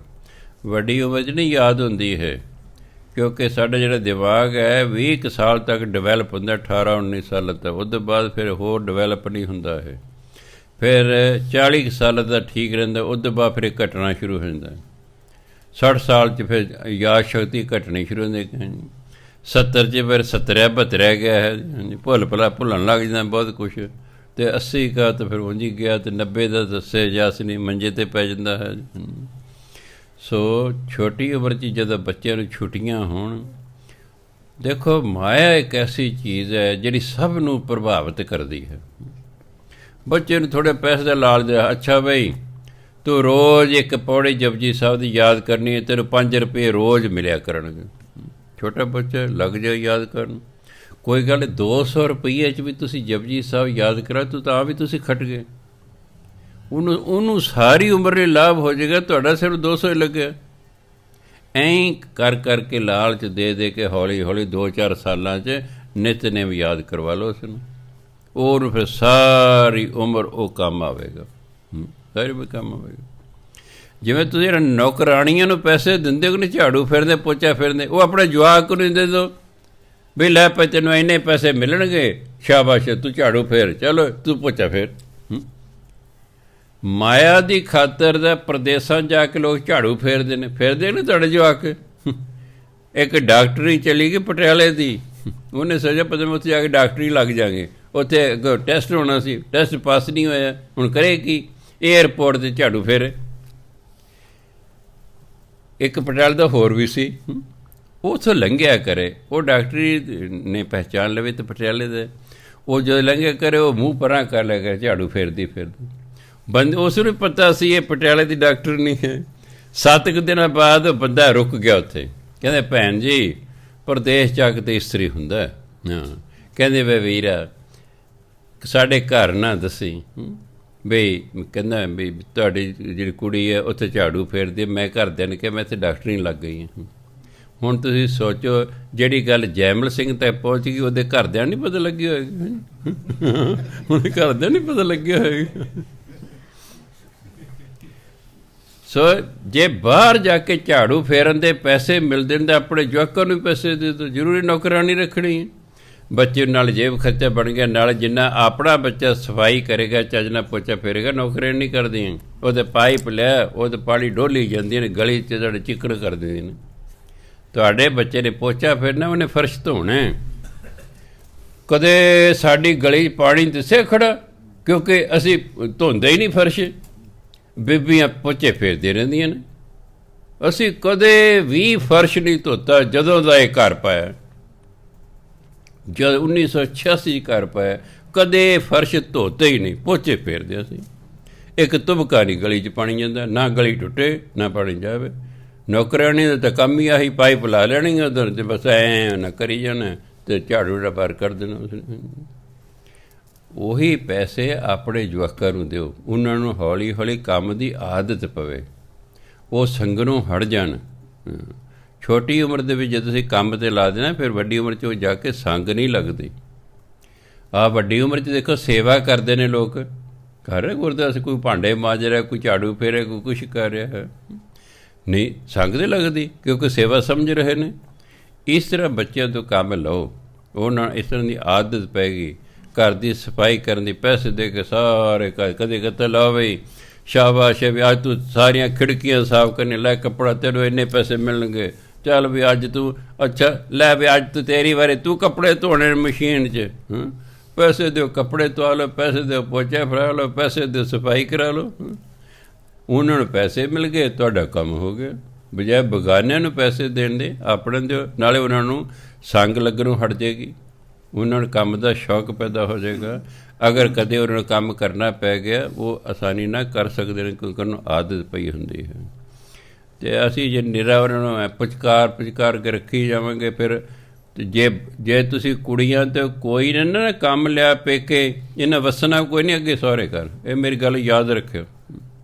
ਅਗਲਿਆਂ ਨੇ ਕੰਮ ਲੈਣਾ, ਉਹ ਕੰਮ ਦੀ ਆਦਤ ਕੋਈ ਨਹੀਂ, ਫਿਰ ਉਹਨੇ ਅਟੈਚੀ ਚੱਕ ਕੇ ਆ ਜਾਣਾ ਅਤੇ ਤੁਸੀਂ ਕਹਿਣਾ ਹਾਂ ਲਿਆ ਅਟੈਚੀ, ਦੇਖਦੇ ਕੌਣ ਨੇ ਇਹ, ਨਾ ਜੇ 20-25 ਲੱਖ ਇਹਨਾਂ ਤੋਂ ਲਿਆ ਚੱਲ, ਬਾਕੀ ਤੁਸੀਂ ਚੱਕਦੇ ਨੇ, ਉਹਨੇ ਘਰ ਆ ਜਾਣਾ, ਬੈਠੇ ਰਹੇ 5-7 ਸਾਲ ਧੱਕੇ ਧੁੱਕੇ ਜੇ ਖਾਈ ਜਾਣ। ਬੱਚਿਆਂ ਤੋਂ ਕੰਮ ਲਾਉਣਾ ਇਹਨਾਂ ਨੂੰ, ਤਾਂ ਜੋ ਇਹਨਾਂ ਨੇ ਕੰਮ ਕਰਨ ਦੀ ਆਦਤ ਪਵੇ। ਝਿੜਕਣਾ ਵੀ ਹੈ ਤਾਂ ਜੇ ਅੱਗੇ ਝਿੜਕਾਂ ਸਹਿ ਸਕਣ। ਪੁਰਾਣੇ ਜ਼ਮਾਨੇ 'ਚ ਬੱਚਿਆਂ ਨੂੰ ਬਹੁਤ ਝਿੜਕਾਂ ਮਿਲਦੀਆਂ, ਕੁੱਟ ਵੀ ਪੈਂਦੀ ਸੀ ਬੱਚਿਆਂ ਨੂੰ, ਮਾਂ ਪਿਓ ਕੁੱਟ ਦਿੰਦੇ ਸਨ ਬੱਚਿਆਂ ਨੂੰ, ਅੱਗੇ ਵੀ ਕੁੱਟ ਝੱਲ ਲੈਂਦੀਆਂ ਸਨ ਬੀਬੀਆਂ, ਝਿੜਕਾਂ ਵੀ ਝੱਲ ਲੈਂਦੀਆਂ ਸਨ। ਹੁਣ ਤੁਸੀਂ ਪੁੱਛ ਕਰਦੇ ਰਹਿੰਦੇ ਹੋ, ਅੱਗੇ ਪੁੱਛ ਕਰਨ ਵਾਲਾ ਹੁੰਦਾ ਕੋਈ ਨਹੀਂ, ਚੱਲ ਉਹ ਨਿਭਦੀ ਕੋਈ ਨਹੀਂ। ਹਾਂਜੀ, ਆਹੀ ਕਰ, ਹੋਰ ਕੋਈ ਕਾਰਨ ਨਹੀਂ ਹੈ। ਨਾ ਨਿਭਣ ਦਾ ਆਹੀ ਕਾਰਨ ਹੈ ਕਿ ਮਾਂ ਪਿਓ ਨੇ ਲੋੜ ਤੋਂ ਵੱਧ ਲਾਡ ਉਹਨਾਂ ਨੂੰ ਕੀਤਾ, ਕੰਮ ਉਹਨਾਂ ਨੂੰ ਕਰਨ ਨਹੀਂ ਕੁਝ ਦਿੱਤਾ, ਕੰਮ ਸਿਖਾਇਆ ਨਹੀਂ, ਅੱਗੇ ਜਾ ਕੇ ਝਿੜਕਾਂ ਵੀ ਪਈਆਂ ਅਤੇ ਕੰਮ ਵੀ ਕਰਨਾ ਪੈ ਗਿਆ, ਅਤੇ ਇਹ ਕਰਨ ਨੂੰ ਅਗਲੇ ਤਿਆਰ ਨਹੀਂ, ਇਸ ਲਈ ਨਿਭੀ ਨਹੀਂ। ਚਲੋ ਜੀ ਆ ਜਾਓ ਜੀ, ਟਿੰਡ ਫੋੜੀ ਚੱਕ ਕੇ ਜੀ। ਹਾਂਜੀ, ਬਾਕੀ ਕੰਮ ਲੈਣਾ ਨਾ ਲੈਣਾ ਤੁਹਾਡੀ ਮਰਜ਼ੀ ਹੈ, ਸਾਡਾ ਕੰਮ ਦੱਸਣਾ, ਸਾਡਾ ਕੰਮ ਦੱਸਣਾ ਹੈ। ਫਿਊਚਰ ਕਿਵੇਂ ਤੁਸੀਂ ਆਪਣੇ ਬੱਚਿਆਂ ਦਾ ਬਣਾਉਣਾ ਅਤੇ ਕਿਵੇਂ ਆਪ ਸੌਖੇ ਰਹਿਣਾ। ਬੱਚਿਆਂ ਦੇ ਚਪੜਾਸੀ ਬਣ ਕੇ ਨਹੀਂ ਰਹੀਦਾ, ਉਹਨਾਂ ਦਾ ਕੰਮ ਲਈਦਾ ਹੁੰਦਾ। ਆਪ ਮੱਤ ਚਪੜਾਸਪੁਣਾ ਕਰੋ, ਉਹਨਾਂ ਨੂੰ ਮਾਲਕ ਮੱਤ ਬਣਾਓ, ਜਿੱਥੇ ਜਿੱਥੇ ਕੋਈ ਉਹਨੂੰ ਉਸੇ ਥਾਂ 'ਤੇ ਰੱਖੋ, ਫਿਰ ਠੀਕ ਰਹਿੰਦਾ। ਹਾਂ, ਸੋ ਤਾਂ ਗੁਰੂ ਮਹਾਰਾਜ ਕਹਿੰਦੇ ਨੇ, ਸਤਿਗੁਰ ਸੇਵ ਗੁਣ ਨਿਧਾਨ ਪਾਇਆ, ਤਿਸ ਕੀ ਕੀਮ ਨ ਪਾਈ। ਗੁਰੂ ਦੀ ਸੇਵਾ ਕਰਕੇ ਗੁਣਾਂ ਦੇ ਖਜ਼ਾਨੇ ਪਰਮਾਤਮਾ ਦੀ ਪ੍ਰਾਪਤੀ ਹੋ ਜਾਂਦੀ ਹੈ, ਅਤੇ ਫਿਰ ਇਸ ਕਰਕੇ ਗੁਰੂ ਦੀ ਕੋਈ ਕੀਮਤ ਹੀ ਨਹੀਂ ਪਾਸਦਾ, ਕਿਉਂਕਿ ਉਹਨੇ ਪਰਮਾਤਮਾ ਦੀ ਪ੍ਰਾਪਤੀ ਕਰਾਤੀ। ਫਿਰ ਇਸ ਅੱਗੇ ਆਪਾਂ ਕਰ ਹੀ ਲਿਆ ਹੈ, ਪ੍ਰਭ ਸਖਾ ਹਰ ਜੀਓ ਮੇਰਾ, ਅੰਤੇ ਹੋਏ ਸਖਾਈ। ਪਰਮਾਤਮਾ ਮੇਰਾ ਸਾਥੀ ਹੈ, ਮੇਰਾ ਸਖਾ ਹੈ, ਮੇਰਾ ਸਹਾਈ ਹੈ, ਅੰਤਲੇ ਸਮੇਂ ਇਹਨੇ ਹੀ ਮੇਰੀ ਸਹਾਇਤਾ ਕਰਨੀ ਹੈ। ਪੇਈੜ ਜਗਜੀਵਨ ਦਾਤਾ, ਮਨਮੁਖ ਪਤ ਗਵਾਈ। ਫਰਜ਼ ਤਾਂ ਬਣਦਾ ਸੀ ਜਿੰਨਾ ਚਿਰ ਪੇਕੇ ਘਰ 'ਚ, ਆਹ ਸੰਸਾਰ ਸਾਡਾ ਪੇਕਾ ਘਰ ਹੈ, ਮਰਨ ਤੋਂ ਬਾਅਦ ਜਿੱਥੇ ਜਾਣਾ ਉਹ ਸਾਡਾ ਸਹੁਰਾ ਘਰ ਹੈ। ਲੋਕ ਪੇਕਾ ਘਰ ਹੈ, ਪਰ ਲੋਕ ਸਹੁਰਾ ਘਰ ਹੈ। ਹੁਣ ਆਹੀ ਮੈਂ ਸਾਰੀ ਉਦਾਹਰਨ ਦਿੱਤੀ ਹੈ, ਜਿਨ੍ਹਾਂ ਪੇਕੇ ਰਹਿੰਦਿਆਂ ਹੋਇਆਂ ਕੋਈ ਕੰਮ ਨਹੀਂ ਸਿੱਖਿਆ, ਕੋਈ ਚੱਜ ਆਚਾਰ ਨਹੀਂ ਸਿੱਖਿਆ, ਉਹ ਸਹੁਰੇ ਜਾ ਕੇ ਵੀ ਉਹਨਾਂ ਸੁਖੀ ਨਹੀਂ ਹੋਣਾ, ਦੁਖੀ ਰਹਿਣਾ। ਜਿਨ੍ਹਾਂ ਬੱਚੀਆਂ ਨੂੰ ਸਾਰਾ ਕੋਈ ਰੋਟੀ ਪਾਣੀ ਦਾਲ ਸਬਜ਼ੀ ਸਭ ਕੁਛ ਬਣਾਉਣਾ ਹੁੰਦਾ, ਸਾਰੇ ਘਰ ਦੇ ਕੰਮ ਕਰਨੇ ਆਉਂਦੇ ਨੇ, ਉਹਦੀ ਐਡਜਸਟਮੈਂਟ ਅੱਗੇ ਠੀਕ ਹੋ ਜਾਂਦੀ ਹੈ, ਕਿਉਂਕਿ ਉਹਨੇ ਸਾਰਾ ਕੁਝ ਸਿੱਖਿਆ ਹੋਇਆ। ਨਹੀਂ ਤਾਂ ਫਿਰ ਸੱਸ ਕਹਿੰਦੀ ਤੇਰੀ ਮਾਂ ਨੇ ਕੀ ਸਿਖਾ ਕੇ ਦਿੱਤਾ, ਆਹ ਡੁੰਨ ਮਟਰਾ ਜੀ ਸਾਡੇ ਕੋਲੇ ਭੇਜਤੀ ਹੈ, ਅਸੀਂ ਤੇਰਾ ਅਚਾਰ ਪਾਉਣਾ, ਤੈਨੂੰ ਇੱਥੇ ਪੂਜਣਾ, ਤੈਨੂੰ ਮੱਥੇ ਟੇਕਣੇ ਇੱਥੇ ਬਿਠਾ ਕੇ। ਫਿਰ ਬੜੇ ਸ਼ਲੋਕ ਸੁਣਨੇ ਪੈਂਦੇ ਨੇ। ਉਹ ਸ਼ਲੋਕ ਸੁਣਨ ਦੀ ਆਦੀ ਨਹੀਂ ਹੁੰਦੀ। ਉਹ ਦੇਖਿਆ ਸੱਸ ਬਾਜ਼ਾਰ ਗਈ, ਮਗਰ ਅਟੈਚੀ ਚੱਕਿਆ, ਆਪਣਾ ਆ ਗਏ ਜੀ ਘਰ ਨੂੰ, ਬੈਠੇ ਰਹੋ ਜੀ। ਇੱਕ ਬੰਦਾ ਆ ਗਿਆ ਜੀ, ਮੈਂ ਕਹਿੰਦਾ ਬਾਬਾ ਜੀ ਬੜਾ ਦੁਖੀ, ਮੈਂ ਕੀ ਹੋ ਗਿਆ?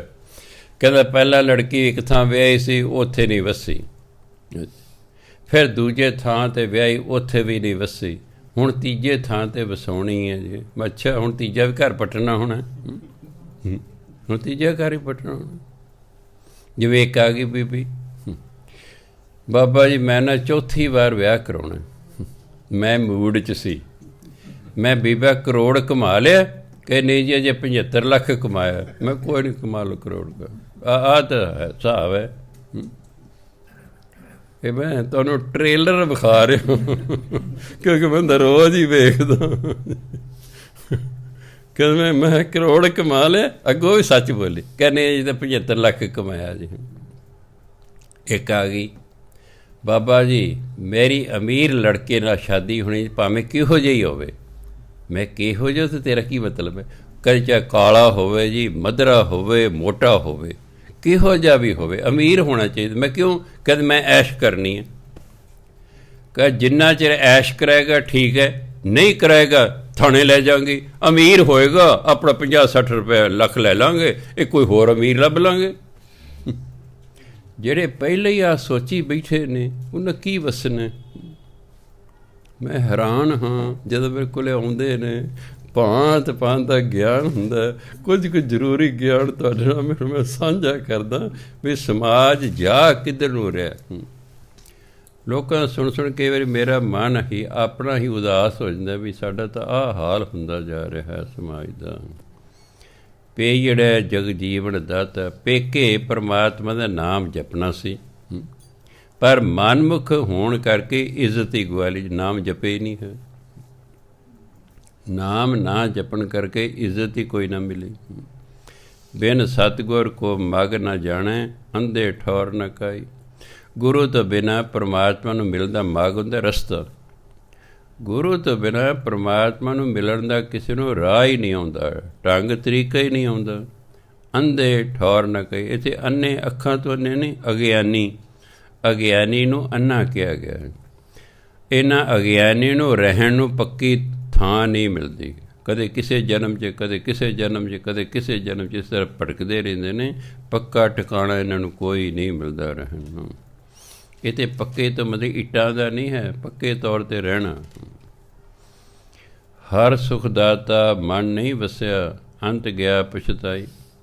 ਹਰੀ ਜੋ ਕਿ ਸੁੱਖਾਂ ਦਾ ਦਾਤਾ ਹੈ, ਹੁਣ ਤਾਂ ਮਨ 'ਚ ਵਸਾਇਆ ਨਹੀਂ, ਅਤੇ ਅਖੀਰ ਨੂੰ ਫਿਰ ਪਛਤਾਉਂਦਾ ਜਾਂਦਾ ਇਸ ਸੰਸਾਰ 'ਤੇ। ਉਹ ਜੇ ਨਾਮ ਜਪ ਲੈਂਦੇ, ਕਾਹਨੂੰ ਕੁੱਟ ਪੈਂਦੀ, ਕਾਹਨੂੰ ਬੇਇੱਜ਼ਤੀ ਹੁੰਦੀ। ਉਹ ਤਾਂ ਫਿਰ ਸਮਾਂ ਬੀਤ ਗਿਆ ਹੁੰਦਾ, ਫਿਰ ਪਛਤਾਉਣ ਦਾ ਕੋਈ ਫਾਇਦਾ ਨਹੀਂ ਹੈ। ਬਾਣੀ ਸਾਨੂੰ ਇਸ ਲਈ ਵੇਲੇ ਸਿਰ ਹੀ ਸਾਵਧਾਨ ਕਰਦੀ ਹੈ ਕਿ ਭਾਈ ਅਜਿਹਾ ਨਾ ਹੋਵੇ ਕਿ ਜਾਂਦੇ ਪਛਤਾਉਣਾ ਪਏ, ਹੁਣੇ ਹੀ ਭਜਨ ਬੰਦਗੀ ਕਰਨ ਲੱਗ ਜਾਓ। ਇਹ ਨਹੀਂ ਸੋਚਣਾ ਕਿ ਮੇਰੇ ਕੋਲ ਥੋੜ੍ਹਾ ਸਮਾਂ ਰਹਿ ਗਿਆ, ਨਹੀਂ, ਉਹ ਇਸ ਨਾਲ ਕੋਈ ਲੈਣਾ ਦੇਣਾ ਨਹੀਂ ਹੈਗਾ।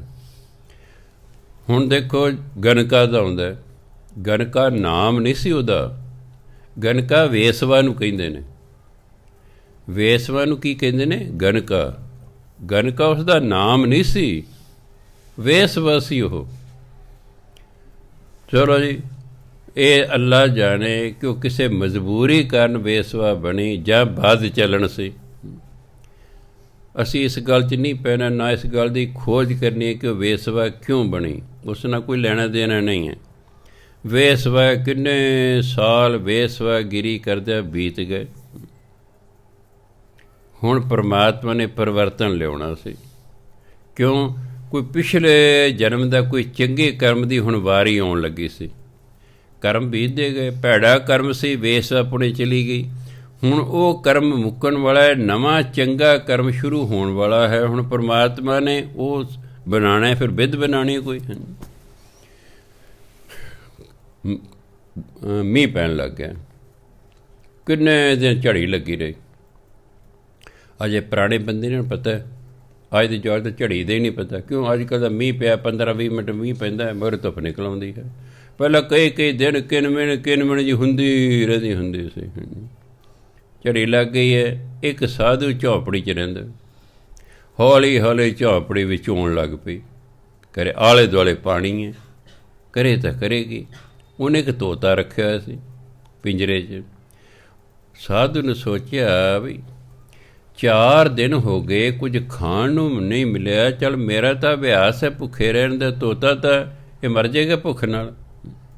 ਕਿਉਂ ਨਾ ਮੈਂ ਸ਼ਹਿਰ 'ਚ ਜਾ ਕੇ ਇਹਦੇ ਲਈ ਕੁਛ ਮੰਗ ਲਿਆਵਾਂ। ਜਦੋਂ ਉਹਨੂੰ ਥੋੜ੍ਹੇ ਕਣੀਆਂ ਹਟੀਆਂ, ਉਹ ਤੁਰ ਪਿਆ ਹੈ। ਨਗਰ ਦੂਰ ਹੋਣ ਕਰਕੇ ਜਦੋਂ ਪਹੁੰਚੋ ਨਜ਼ਰ ਰਾਤ ਪੈ ਗਈ, ਦੀਵੇ ਜਗ ਪਏ। ਸਾਧੂਆਂ ਦਾ ਨਿਯਮ ਹੁੰਦਾ ਹੈ ਕਿ ਬੰਦ ਦਰਵਾਜ਼ਾ ਕਦੇ ਨਹੀਂ ਖੜਕਾਉਂਦੇ ਨਾ, ਖੁੱਲ੍ਹੇ ਦਰਵਾਜ਼ੇ ਕਰੋ, ਅਲੱਖ ਨਿਰੰਜਨ ਜੋ ਵੀ ਕਹਿਣਾ। ਜੇ ਮੈਂ ਆਪਣੇ ਬ੍ਰਦਰ ਨੂੰ ਮਿਲਣ, ਮੈਂ ਕਿਹਾ ਸਤਨਾਮ ਜੀ, ਅਤੇ ਉਹਨਾਂ ਦੀ ਲੜਕੀ ਕਹਿੰਦੀ, ਹੁਣ ਪੁੱਛਣਾ ਕੌਣ ਹੈ? ਕਹਿੰਦੇ ਸਤਨਾਮ ਤਾਇਆ ਜੀ ਆਏ ਨੇ। ਕਿਉਂ? ਮੈਂ ਜਵਾਬ ਮੈਂ ਸਤਨਾਮ ਜੀ, ਆਵਾਜ਼ ਪਹਿਚਾਣੀ ਲੈਣ ਭਰਾ ਹੀ ਆਇਆ। ਖੈਰ, ਉਹਨੇ ਦੇਖਿਆ ਵੀ ਇੱਕ ਦੀਵਾ ਜਗ ਰਿਹਾ ਚੁਬਾਰੇ 'ਚ। ਉਹ ਕੁਦਰਤੀ ਦਰਵਾਜ਼ਾ ਖੁੱਲ੍ਹਾ ਹੈ। ਉਹ ਜੋ ਅੰਦਰ ਵੜਿਆ, ਆਵਾਜ਼ ਮਾਰੀ, ਇੱਕ ਬੀਬੀ ਨਿਕਲੀ, ਬੜਾ ਹਾਰ ਸ਼ਿੰਗਾਰ ਕੀਤਾ ਹੋਇਆ ਹੈ। ਸਾਧੂ ਨੇ ਦੇਖਿਆ ਵੀ ਓਹੋ, ਘਰ ਇਹ ਠੀਕ ਨਹੀਂ ਹੈ, ਮੈਂ ਗਲਤ ਥਾਂ 'ਤੇ ਆ ਗਿਆ। ਅੱਗੋਂ ਬੀਬੀ ਬੋਲੀ, ਮਹਾਤਮਾ ਜੀ ਤੁਸੀਂ ਗਲਤ ਥਾਂ 'ਤੇ ਆ ਗਏ ਹੋ। ਉਹ ਸਮਝੀ ਵੀ ਤਾਂ ਮਹਾਤਮਾ, ਮੈਂ ਤੇ ਜਿਹੜਾ ਵੇਸਵਾ। ਕਦੇ ਮਹਾਤਮਾ ਜੀ ਤੁਸੀਂ ਗਲਤ ਥਾਂ 'ਤੇ ਆ ਗਏ ਹੋ। ਉਹ ਕਹਿੰਦੇ ਬੇਟਾ ਮਹਾਤਮਾ ਲਈ ਕੋਈ ਥਾਂ ਗਲਤ ਨਹੀਂ ਹੁੰਦੀ। ਕਹਿੰਦੇ ਫਿਰ ਆ ਜਾਓ। ਅੱਗੋਂ ਕਹਿੰਦਾ ਬੇਟਾ ਮਹਾਤਮਾ ਲਈ ਕੋਈ ਗਲਤ ਥਾਂ ਨਹੀਂ ਹੁੰਦੀ। ਕਿਉਂ? ਮਹਾਤਮਾ ਜਿੱਥੇ ਚਰਨ ਧਰ ਦੇਗਾ ਥਾਂ ਹੀ ਪਵਿੱਤਰ ਹੋ ਜਾਣੀ ਹੈ। ਉਹ ਤਾਂ ਜਿੱਥੇ ਚਰਨ ਧਰ ਦੇਗਾ ਥਾਂ ਪਵਿੱਤਰ ਹੋ ਜਾਏ। ਜਿਸ ਵੱਲ ਵੇਖੇਗਾ ਉਹਦਾ ਸਾਰੀ ਅੰਦਰਲੀ ਮੈਲ ਹੀ ਧੋ ਦੇਣੀ ਹੈ। ਉਹ ਸਾਧੂ ਹੈ। ਸਾਡੇ ਵਰਗਾ ਥੋੜ੍ਹਾ ਵੀ ਜਿਹੜੀ ਉਂਝੀ ਬਸ ਭਾਵੇਂ ਕਥਾ ਵਾਰਤਾ ਕਰ ਲਏ, ਅਗਲੇ ਦੀ ਕਮਾਈ ਹੁੰਦੀ ਹੈ। ਮੈਨੂੰ ਯਾਦ ਹੈ ਗੁਰੂ ਨਾਨਕ ਦੇਵ ਜੀ ਜਦੋਂ ਗਏ ਸਨ ਸ਼ਿਵ ਨਾਭ ਨੂੰ ਮਿਲਣ, ਸਾਰੇ ਕੋਈ ਆ ਕੇ ਜਦੋਂ ਦੇਖਿਆ ਵੀ ਸ਼ਿਵ ਨਾਭ ਗੁਰੂ ਨਾਨਕ ਦੇ ਸ਼ਰਧਾਲੂ ਹੈ, ਪਰ ਇਹਨੇ ਗੁਰੂ ਨਾਨਕ ਨੂੰ ਵੇਖਿਆ ਨਹੀਂ ਹੈਗਾ। ਮੇਰੇ ਵਰਗਾ ਵੀ ਜੋਗੀ ਰੰਗ ਦੇ ਕੱਪੜੇ ਪਾ ਕੇ ਜਾ ਕੇ ਕਹਿਣਾ ਮੈਂ ਗੁਰੂ ਨਾਨਕ ਆਇਆ। ਹੁਣ ਅੱਗੋਂ ਉਹ ਵੀ ਰਾਜਾ ਸੀ। ਹੁਣ ਉਹਨੇ ਕਿ ਸੋਹਣੀਆਂ ਸੋਹਣੀਆਂ ਜਨਾਨੀਆਂ ਡਾਂਸਰ ਰੱਖੀਆਂ ਹੋਈਆਂ ਸਨ। ਉਹ ਭੇਜਿਆ ਕਰ ਤੁਸੀਂ ਜਾਇਓ ਭਲਾ, ਉੱਥੇ ਡਾਂਸ ਕਰਿਓ, ਹਾਵ ਭਾਵ ਕਰਿਓ। ਜੇ ਤਾਂ ਗਿਆ ਡੋਲ ਫਿਰ ਤਾਂ ਗੁਰੂ ਨਾਨਕ ਹੈ ਨਹੀਂ, ਅਤੇ ਜੇ ਨਾ ਡੋਲਿਆ ਤਾਂ ਫਿਰ ਸ਼ਾਇਦ ਗੁਰੂ ਨਾਨਕ ਹੋਵੇ। ਉਹ ਜਿਹੜਾ ਆਉਣਾ ਉਹਨੇ ਡੋਲ ਜਾਣਾ, ਉਹਨੇ ਕਹਿਣਾ ਨਹੀਂ ਇਹ ਨਹੀਂ। ਇੱਕ ਦਿਨ ਸੱਚੇ ਗੁਰੂ ਨਾਨਕ ਦੇ ਮਰਦਾਨਾ ਜੀ ਆ ਗਏ। ਰਾਜ ਦਾ 3 ਸਾਲਾਂ ਦਾ ਬਾਗ ਸੁੱਕਾ ਹੋਇਆ ਸੀ। ਜਦੋਂ ਗੁਰੂ ਨਾਨਕ ਜੀ ਪੈਰ ਧਰਿਆ ਨਾ ਸਾਰਾ ਬਾਗ ਹਰਿਆ ਭਰਿਆ ਹੋ ਗਿਆ। ਜਿਹੜਾ ਮਾਲੀ ਸੀ ਉਹ ਭੱਜਿਆ ਗਿਆ ਰਾਜੇ ਕੋਲੇ ਵੀ ਸ਼ਾਇਦ ਅੱਜ ਗੁਰੂ ਨਾਨਕ ਆ ਗਏ ਨੇ। ਵੀ ਇਸ ਤਰ੍ਹਾਂ ਕਦੇ ਇੱਥੇ ਇੰਨੇ ਸਾਧੂ ਆਏ, ਕਦੇ ਇਸ ਤਰ੍ਹਾਂ ਨਹੀਂ ਸੀ ਹੋਇਆ। ਉਹ ਕਹਿੰਦੇ ਕੋਈ ਨਹੀਂ ਆਪਾਂ ਦੇਖ ਲੈਣੇ। ਗੁਰੂ ਨਾਨਕ ਦੇਵ ਬੈਠੇ ਨੇ, ਮਰਦਾਨੇ ਬੈਠੇ, ਮਰਦਾਨੇ ਰਬਾਬ ਜਾਓ, ਕੀਰਤਨ ਹੋਣ ਲੱਗ ਪਿਆ। ਰਾਜੇ ਨੇ ਬੀਬੀਆਂ ਭੇਜਤੀਆਂ, ਜਿਹਨੂੰ ਕਹਿੰਦੇ ਅਪਸਰਾਂ ਸਵਰਗ ਦੀਆਂ, ਉੱਥੇ ਉਹਨੇ ਵੀ ਰੱਖੀਆਂ ਹੋਈਆਂ ਸਨ। ਲੋ ਭੇਜਤੀਆਂ। ਗੁਰੂ ਨਾਨਕ ਦੇਖਿਆ ਦੂਰੋਂ ਵੀ ਆ ਰਹੀ, ਇਹਨਾਂ ਦੇ ਮਨ ਮੈਲੇ ਨੇ। ਜਦੋਂ ਨੇੜੇ ਆਈ ਨਾ, ਗੁਰੂ ਮਹਾਰਾਜ ਕਿਰਪਾ ਦ੍ਰਿਸ਼ਟੀ ਵੱਲ ਜਦੋਂ ਵੇਖਿਆ, ਉਹਨਾਂ ਨੇ ਤੱਕਿਆ, ਸਾਰੀ ਅੰਦਰਲੀ ਮੈਲ ਉਹਨਾਂ ਦੀ ਧੋਤੀ, ਉਹ ਤੇ ਚੌਂਕੜੀ ਮਾਰ ਕੇ ਬਹਿ ਗਈ, ਸਮਾਧੀ ਹੋ ਗਈ ਸਥਿਤ। ਘੰਟਾ ਉਡੀਕਿਆ। ਰਾਜਾ ਕਹਿੰਦਾ ਵੀ ਆਏ ਨਹੀਂ ਤਾਂ ਪਹਿਲਾਂ ਛੇਤੀ ਆ ਜਾ ਕਰਦੀਆਂ ਸਨ। ਭੇਜਿਆ ਇੱਕ ਮੈਂ ਸੀ, 2 ਮੇਰੇ ਨਾਲ ਹੋਰ ਮੰਤਰੀ ਸਨ, ਸਾਨੂੰ ਭੇਜਿਆ ਜੋ ਪਤਾ ਕਰੋ। ਅਸੀਂ ਜਾ ਕੇ ਰਾਜੇ ਨੂੰ ਕਿਹਾ ਰਾਜਨ ਉਹ ਤਾਂ ਪਤਾ ਨਹੀਂ ਕਿੱਡਾ ਵੱਡਾ ਮਹਾਤਮਾ ਆ ਗਿਆ, ਉਹ ਤਾਂ ਸਾਰੇ ਚੌਂਕੜੀ ਮਾਰ ਕੇ ਉੱਥੇ ਬੈਠੇ ਨੇ। ਕਹਿੰਦੇ ਚਲੋ ਫਿਰ ਚੱਲਦੇ ਹਾਂ। ਫਿਰ ਗੁਰੂ ਮਹਾਰਾਜ ਮਿਲਿਆ। ਸਾਧੂ ਹੁੰਦੇ ਨੇ ਜਿਨ੍ਹਾਂ ਦੀ ਕਮਾਈ ਹੁੰਦੀ ਹੈ ਨਾ, ਉਹ ਤਾਂ ਜਿੱਥੇ ਪੈਰ ਧਰਦੇ ਥਾਂ ਹੀ ਪਵਿੱਤਰ ਹੋ ਜਾਏ। ਸਾਧੂ ਲਈ ਸਾਰੇ ਥਾਂ ਹੀ ਚੰਗੇ ਹੁੰਦੇ ਨੇ। ਸਾਧੂਆਂ 'ਤੇ ਇਹਨਾਂ ਚੀਜ਼ ਦਾ ਕੋਈ ਅਸਰ ਨਹੀਂ ਹੁੰਦਾ, ਜਿਹੜੇ ਅਸਲੀ ਸਾਧੂ ਹੁੰਦੇ ਨੇ। ਹਾਂ, ਜਿਹੜੇ ਭਾਈ ਅਜੇ ਸਾਧੂ ਨਹੀਂ ਬਣੇ ਅਤੇ ਸਾਧੂ ਕਹਿਲਾਉਂਦੇ ਹਨ, ਉੱਥੇ ਕੋਈ ਗੜਬੜ ਹੋ ਸਕਦੀ ਹੈ। ਖੈਰ, ਸੋ ਉਹਨੇ ਕਿਹਾ ਵੀ ਬੇਟਾ ਸਾਧੂਆਂ ਵਾਲੇ ਸਾਰੇ ਥਾਂ ਹੀ ਠੀਕ ਹੁੰਦੇ ਨੇ। ਕਹਿੰਦੇ ਆ ਜਾਓ ਜੀ। ਆ ਕੇ ਚਲੇ ਗਏ। ਅਤੇ ਉਹਨੇ ਕਿਹਾ ਬੇਟਾ ਮੇਰਾ ਜਿਹੜਾ ਇਹ ਤੋਤਾ ਹੈ ਇਹ ਕਈ ਦਿਨ ਦਾ ਭੁੱਖਾ ਹੈ ਅਤੇ ਇਹਨੂੰ ਠੰਡ ਲੱਗਦੀ ਬਹੁਤ ਜ਼ਿਆਦਾ। ਉਹਨੇ ਅੰਗੀਠੀ ਜਲਾਤੀ। ਅੰਗੀਠੀ ਜਲਾ ਕੇ ਅਤੇ ਜਿਹੜਾ ਹੈ ਤੋਤਾ ਜਿਹੜਾ ਹੈ ਉਹਨੂੰ ਜੇ ਸੇਕ ਲੱਗਿਆ, ਸਾਧੂ ਨੂੰ ਕੋਈ ਗਰਮ ਕੱਪੜੇ ਦੇ ਦਿੱਤੇ ਵੀ ਤੁਹਾਡੇ ਭਿੱਜੇ ਤੁਸੀਂ ਲੈ ਲਓ। ਉਹ ਰੋਟੀ ਪਕਾਉਣ ਲੱਗ ਗਈ। ਸਾਧੂ ਸੰਸਾਰੀ ਗੱਲਾਂ ਨਹੀਂ ਕਰਿਆ ਕਰਦੇ। ਜਿਹੜਾ ਸੰਸਾਰੀ ਗੱਲਾਂ ਕਰੇ ਸਾਧੂ ਨਹੀਂ ਹੁੰਦਾ। ਜਿਹੜਾ ਸੰਸਾਰੀ ਗੱਲਾਂ ਕਰੋ ਸਾਧੂ ਕਾਹਦਾ? ਸਾਧੂ ਨੇ ਰੱਬ ਦੀਆਂ ਗੱਲਾਂ ਕਰਨੀਆਂ ਹੁੰਦੀਆਂ। ਉਹ ਮਹਾਤਮਾ ਰੱਬ ਦੀਆਂ ਗੱਲਾਂ ਕਰਨ ਲੱਗ ਪਿਆ। ਉਹ ਰੋਟੀ ਪਾਣੀ ਪਕਾਉਣ ਲੱਗ ਪਈ ਹੈ। ਚਲੋ ਇਹਨੇ 'ਚ ਜਿਹੜਾ ਤੋਤਾ ਸੀ ਹੋ ਗਿਆ ਗਰਮ। ਜਦੋਂ ਨੇ ਕੁਝ ਖਾਧਾ ਉਹ ਲੱਗਿਆ ਰਾਮ ਰਾਮ ਕਰਨ। ਹੁਣ ਰਾਮ ਰਾਮ ਕਰਨ ਦੀ ਆਦਤ ਸੀ। ਤੋਤਾ ਰੱਜ ਕੇ ਅਤੇ ਗਰਮ ਹੋ ਗਿਆ, ਰਾਮ ਰਾਮ ਰਾਮ ਕਰਨ ਲੱਗੇ। ਸਾਰੀ ਰਾਤ ਜਿਹੜਾ ਹੈ ਸਤਸੰਗ ਕਰਦਿਆਂ ਹੀ ਬੀਤ ਗਈ ਹੈ। ਜਦੋਂ ਹੋਇਆ ਅੰਮ੍ਰਿਤ ਵੇਲਾ, ਮਹਾਤਮਾ ਕਹਿੰਦੇ ਬੇਟਾ ਹੁਣ ਸਾਡਾ ਤੁਹਾਡੇ ਘਰ ਰਹਿਣਾ ਠੀਕ ਨਹੀਂ ਹੈ।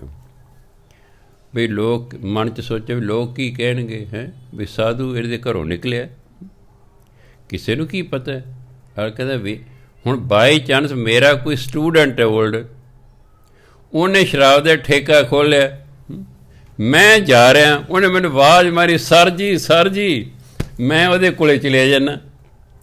ਉੱਥੇ ਅੱਜ ਕੱਲ੍ਹ ਮੋਬਾਈਲ ਤੇਰੇ ਕਿਸੇ ਫੋਟੋ ਖਿੱਚ ਲੈ, ਬਾਬੇ ਠੇਕੇ 'ਤੇ ਖੜ੍ਹੇ ਸੀ। ਕਿਸੇ ਨੇ ਨਾਲ ਅੱਜ ਕੱਲ੍ਹ ਬੜਾ ਕੁਛ ਹੈ, ਬੋਤਲ ਨੇੜੇ ਹੱਥ ਦੇ ਕੱਢ ਨਹੀਂ, ਆ ਬਾਬੇ ਨੇ ਬੋਤਲ ਖਰੀਦੀ ਹੈ। ਅਤੇ ਅੱਜ ਕੱਲ੍ਹ ਟ੍ਰਿਕ ਐਸਾ ਕੈਮਰੇ 'ਤੇ ਕਿ ਮੂੰਹ ਨੂੰ ਵੀ ਲਾਈ ਜਾ ਸਕਦੀ ਬੋਤਲ। ਬੜੇ ਸਾਲਾਂ ਦੀ ਗੱਲ, ਸਰਦਾਰ ਗਿਆਨ ਸਿੰਘ ਦੇ ਲੜਕੇ ਦੀ ਸ਼ਾਦੀ ਮਾਨਸਾ, ਕਹੇ ਜੀ ਬਰਾਤ ਜਾਣਾ। ਮੈਂ ਭਾਈ ਮੈਂ ਤਾਂ ਬਰਾਤ ਪਰ ਜਾਂਦਾ ਨਹੀਂ ਹੈਗਾ। ਹਾਂ ਰਿਸੈਪਸ਼ਨ ਹੋਏਗੀ, ਮੈਂ ਉਦੋਂ ਜਾ ਆ ਕੇ ਉਹਨੇ ਮੈਨੂੰ ਐਲਬਮ ਵਿਖਾਈ। ਉੱਥੇ ਕਿਤੇ ਮੈਂ ਚਾਹ ਪੀ ਰਿਹਾ, ਕਿਤੇ ਮੈਂ ਰੋਟੀ ਖਾ ਰਿਹਾ। ਮੈਂ ਕਮਾਲ ਹੈ। ਮੈਨੂੰ ਉਦੋਂ ਪਤਾ ਲੱਗੇ ਵੀ ਕੈਮਰੇ ਵਾਲੇ ਦਾ ਕੀ ਕੁਛ ਹੈ। ਬੰਦੇ ਦੇ ਪਟਿਆਲੇ ਬੈਠਾ, ਉਹਨੂੰ ਉੱਥੇ ਸਭ ਕੁਛ ਵਿਖਾ ਰਹੇ ਨੇ ਉਹ। ਖੈਰ ਉਹ ਕਹਿੰਦਾ ਬੇਟਾ ਬਈ ਹੁਣ ਮੇਰਾ ਰਹਿਣਾ ਠੀਕ ਨਹੀਂ, ਮੈਨੂੰ ਜਾਣ ਦੀ ਆਗਿਆ ਦਿਓ। ਉਹ ਹੁਣ ਦਾਤੇ ਦੀ ਹੋ ਗਈ ਕਿਰਪਾ ਉਸ 'ਤੇ। ਸਾਧੂ ਦੀ ਸੰਗਤ ਕੀਤੀ ਸਾਰੀ ਰਾਤ। ਉਹ ਕਹਿੰਦੀ ਵੀ ਮਹਾਤਮਾ ਜੀ ਮੇਰੀ ਇੱਕ ਬੇਨਤੀ ਹੈ, ਮੈਨੂੰ ਇਹ ਤੋਤਾ ਦੇ ਦਿਓ, ਮੈਂ ਇਹਦੇ ਨਾਲ ਰਾਮ ਰਾਮ ਕਰਿਆ ਕਰਾਂਗੀ। ਉਹਨੇ ਸੋਚਿਆ ਵੀ ਚਲੋ ਇਹਦਾ ਜ਼ਿੰਦਗੀ ਬਦਲਣੀ ਚਾਹੀਦੀ ਹੈ। ਕਹਿੰਦੇ ਭਾਈ ਕੋਈ ਤੋਤਾ ਤੁਸੀਂ ਰੱਖ ਲਓ। ਸਾਧੂ ਗਿਆ, ਚਲਿਆ, ਉਹਨੇ ਅੰਦਰ ਕੁੰਡਾ ਬੰਦ ਕਰ ਲਿਆ। ਤੋਤੇ ਨੂੰ ਆਖੇ ਰਾਮ ਰਾਮ, ਤੋਤੇ ਦੀ ਆਦਤ ਹੈ, ਤੋਤਾ ਰਟਣੀ ਇਸ ਲਈ ਕਹਿੰਦੇ।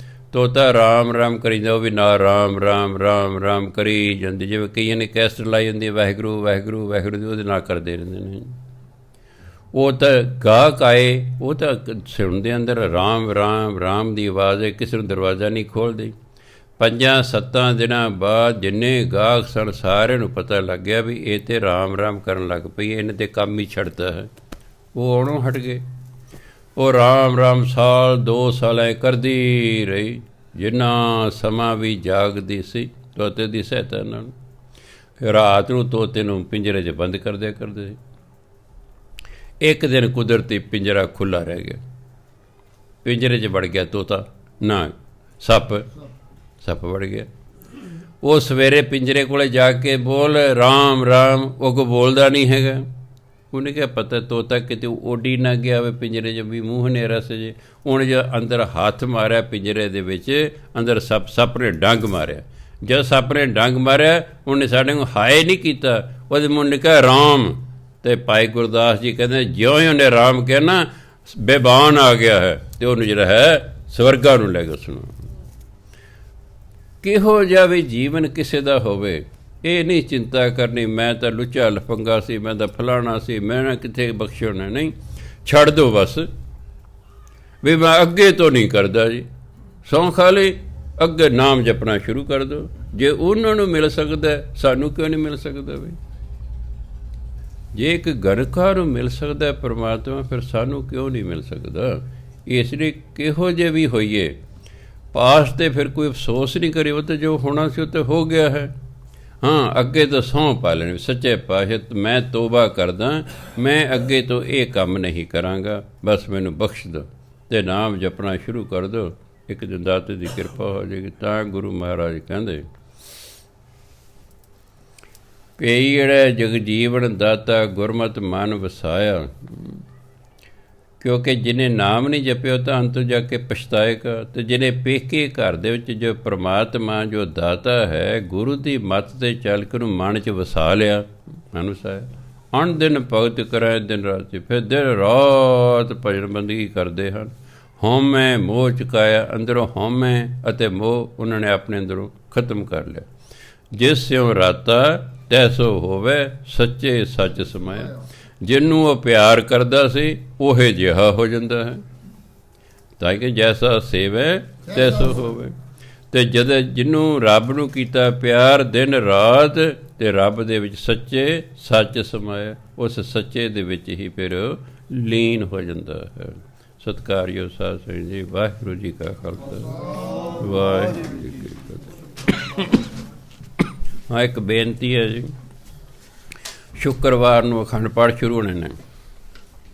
ਜਿਹੜੇ ਤੁਸੀਂ ਸੁਣ ਰਹੇ ਹੋ ਜਾਂ ਜਿਹੜੇ ਵੀ ਸੁਣ ਰਹੇ ਇਸ ਵੇਲੇ ਕਥਾ ਜਾਂ ਕੱਲ੍ਹ ਨੂੰ YouTube 'ਤੇ ਸੁਣਨਗੇ, ਉਹਨਾਂ ਨੂੰ ਬੇਨਤੀ ਹੈ ਕਿ ਸ਼ੁੱਕਰਵਾਰ ਨੂੰ 7 ਅਖੰਡ ਪਾਠ ਸ਼ੁਰੂ ਹੋ ਜਾਣੇ ਨੇ।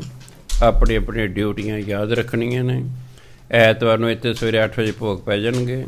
ਫਿਰ 10 ਵਜੇ ਤੋਂ ਲੈ ਕੇ 11 ਵਜੇ ਤੱਕ, ਐਤਵਾਰ ਨੂੰ 10 ਤੋਂ 11 ਵਜੇ ਤੱਕ ਪ੍ਰੋਗਰਾਮ ਸਿਰਫ ਇੱਕੋ ਘੰਟਾ ਹੋਏਗਾ। 10 ਤੋਂ 10:30 ਕੀਰਤਨ ਹੋਏਗਾ, 10:30 ਤੋਂ 11 ਤੱਕ ਕਥਾ ਵਾਰਤਾ ਹੋਏਗੀ। ਜੈ ਸਿੰਘ ਜੀ ਖਲਕਟ, ਜਿਹੜੇ ਦੇ ਪੁੱਠੀ ਖਲ ਲਾਹੀ ਕੇ ਸੀ ਬਾਰਨ ਵਾਲੇ, ਜੈ ਸਿੰਘ ਜੀ ਖਲਕਟ ਦਾ ਸ਼ਹੀਦੀ ਦਿਹਾੜਾ ਹੈ, ਉਹ ਆਪਾਂ ਐਤਕੀ ਮਨਾਵਾਂਗੇ। ਉਹਨਾਂ ਦੇ ਸੰਬੰਧ 'ਚ ਸਾਰੇ ਪਾਠ ਹੋਣਗੇ। ਸੋ ਜਿੰਨੇ ਵੀ ਪਾਠੀ ਨੇ ਸਭ ਨੂੰ ਬੇਨਤੀ ਹੈ ਕੋਈ ਆਪਣੇ ਆਪਣੇ ਰੌਲਾ 'ਤੇ ਸ਼ੁੱਕਰਵਾਰ ਤੋਂ ਵੇਲੇ ਸਿਰ ਆਇਆ ਕਰਨਗੇ। ਅਤੇ ਐਤਵਾਰ ਦਾ ਪ੍ਰੋਗਰਾਮ ਹੋਏਗਾ 10 ਵਜੇ ਤੋਂ ਲੈ ਕੇ 11 ਵਜੇ ਤੱਕ। ਪਹਿਲਾਂ ਹੁੰਦਾ ਸੀ 10 ਤੋਂ ਲੈ ਕੇ 11:30 ਤੱਕ। ਹੁਣ ਤੁਸੀਂ ਦਿਨੋਂ ਦਿਨ ਬੁੜੇ ਹੋ ਰਹੇ ਹੋ ਅਤੇ ਅਸੀਂ ਵੀ ਫਿਰ ਟਾਈਮ 1 ਘੰਟਾ ਕਰਦਾ ਵੀ ਤਾਂ ਤੁਸੀਂ 1 ਘੰਟਾ ਬੈਠ ਸਕੋ, ਅੱਧਾ ਘੰਟਾ ਕੀਰਤਨ ਸੁਣ ਲਓ, ਅੱਧਾ ਘੰਟਾ ਕਥਾ ਸੁਣ ਲਓ, ਲੰਗਰ ਪਾਣੀ ਛਕੋ ਅਤੇ ਫਿਰ ਆਪਣੇ ਘਰਾਂ ਨੂੰ ਚੱਲੇ ਪਾਓ। ਵਾਹਿਗੁਰੂ ਜੀ ਕਾ ਖਾਲਸਾ, ਵਾਹਿਗੁਰੂ ਜੀ ਕੀ ਫਤਿਹ।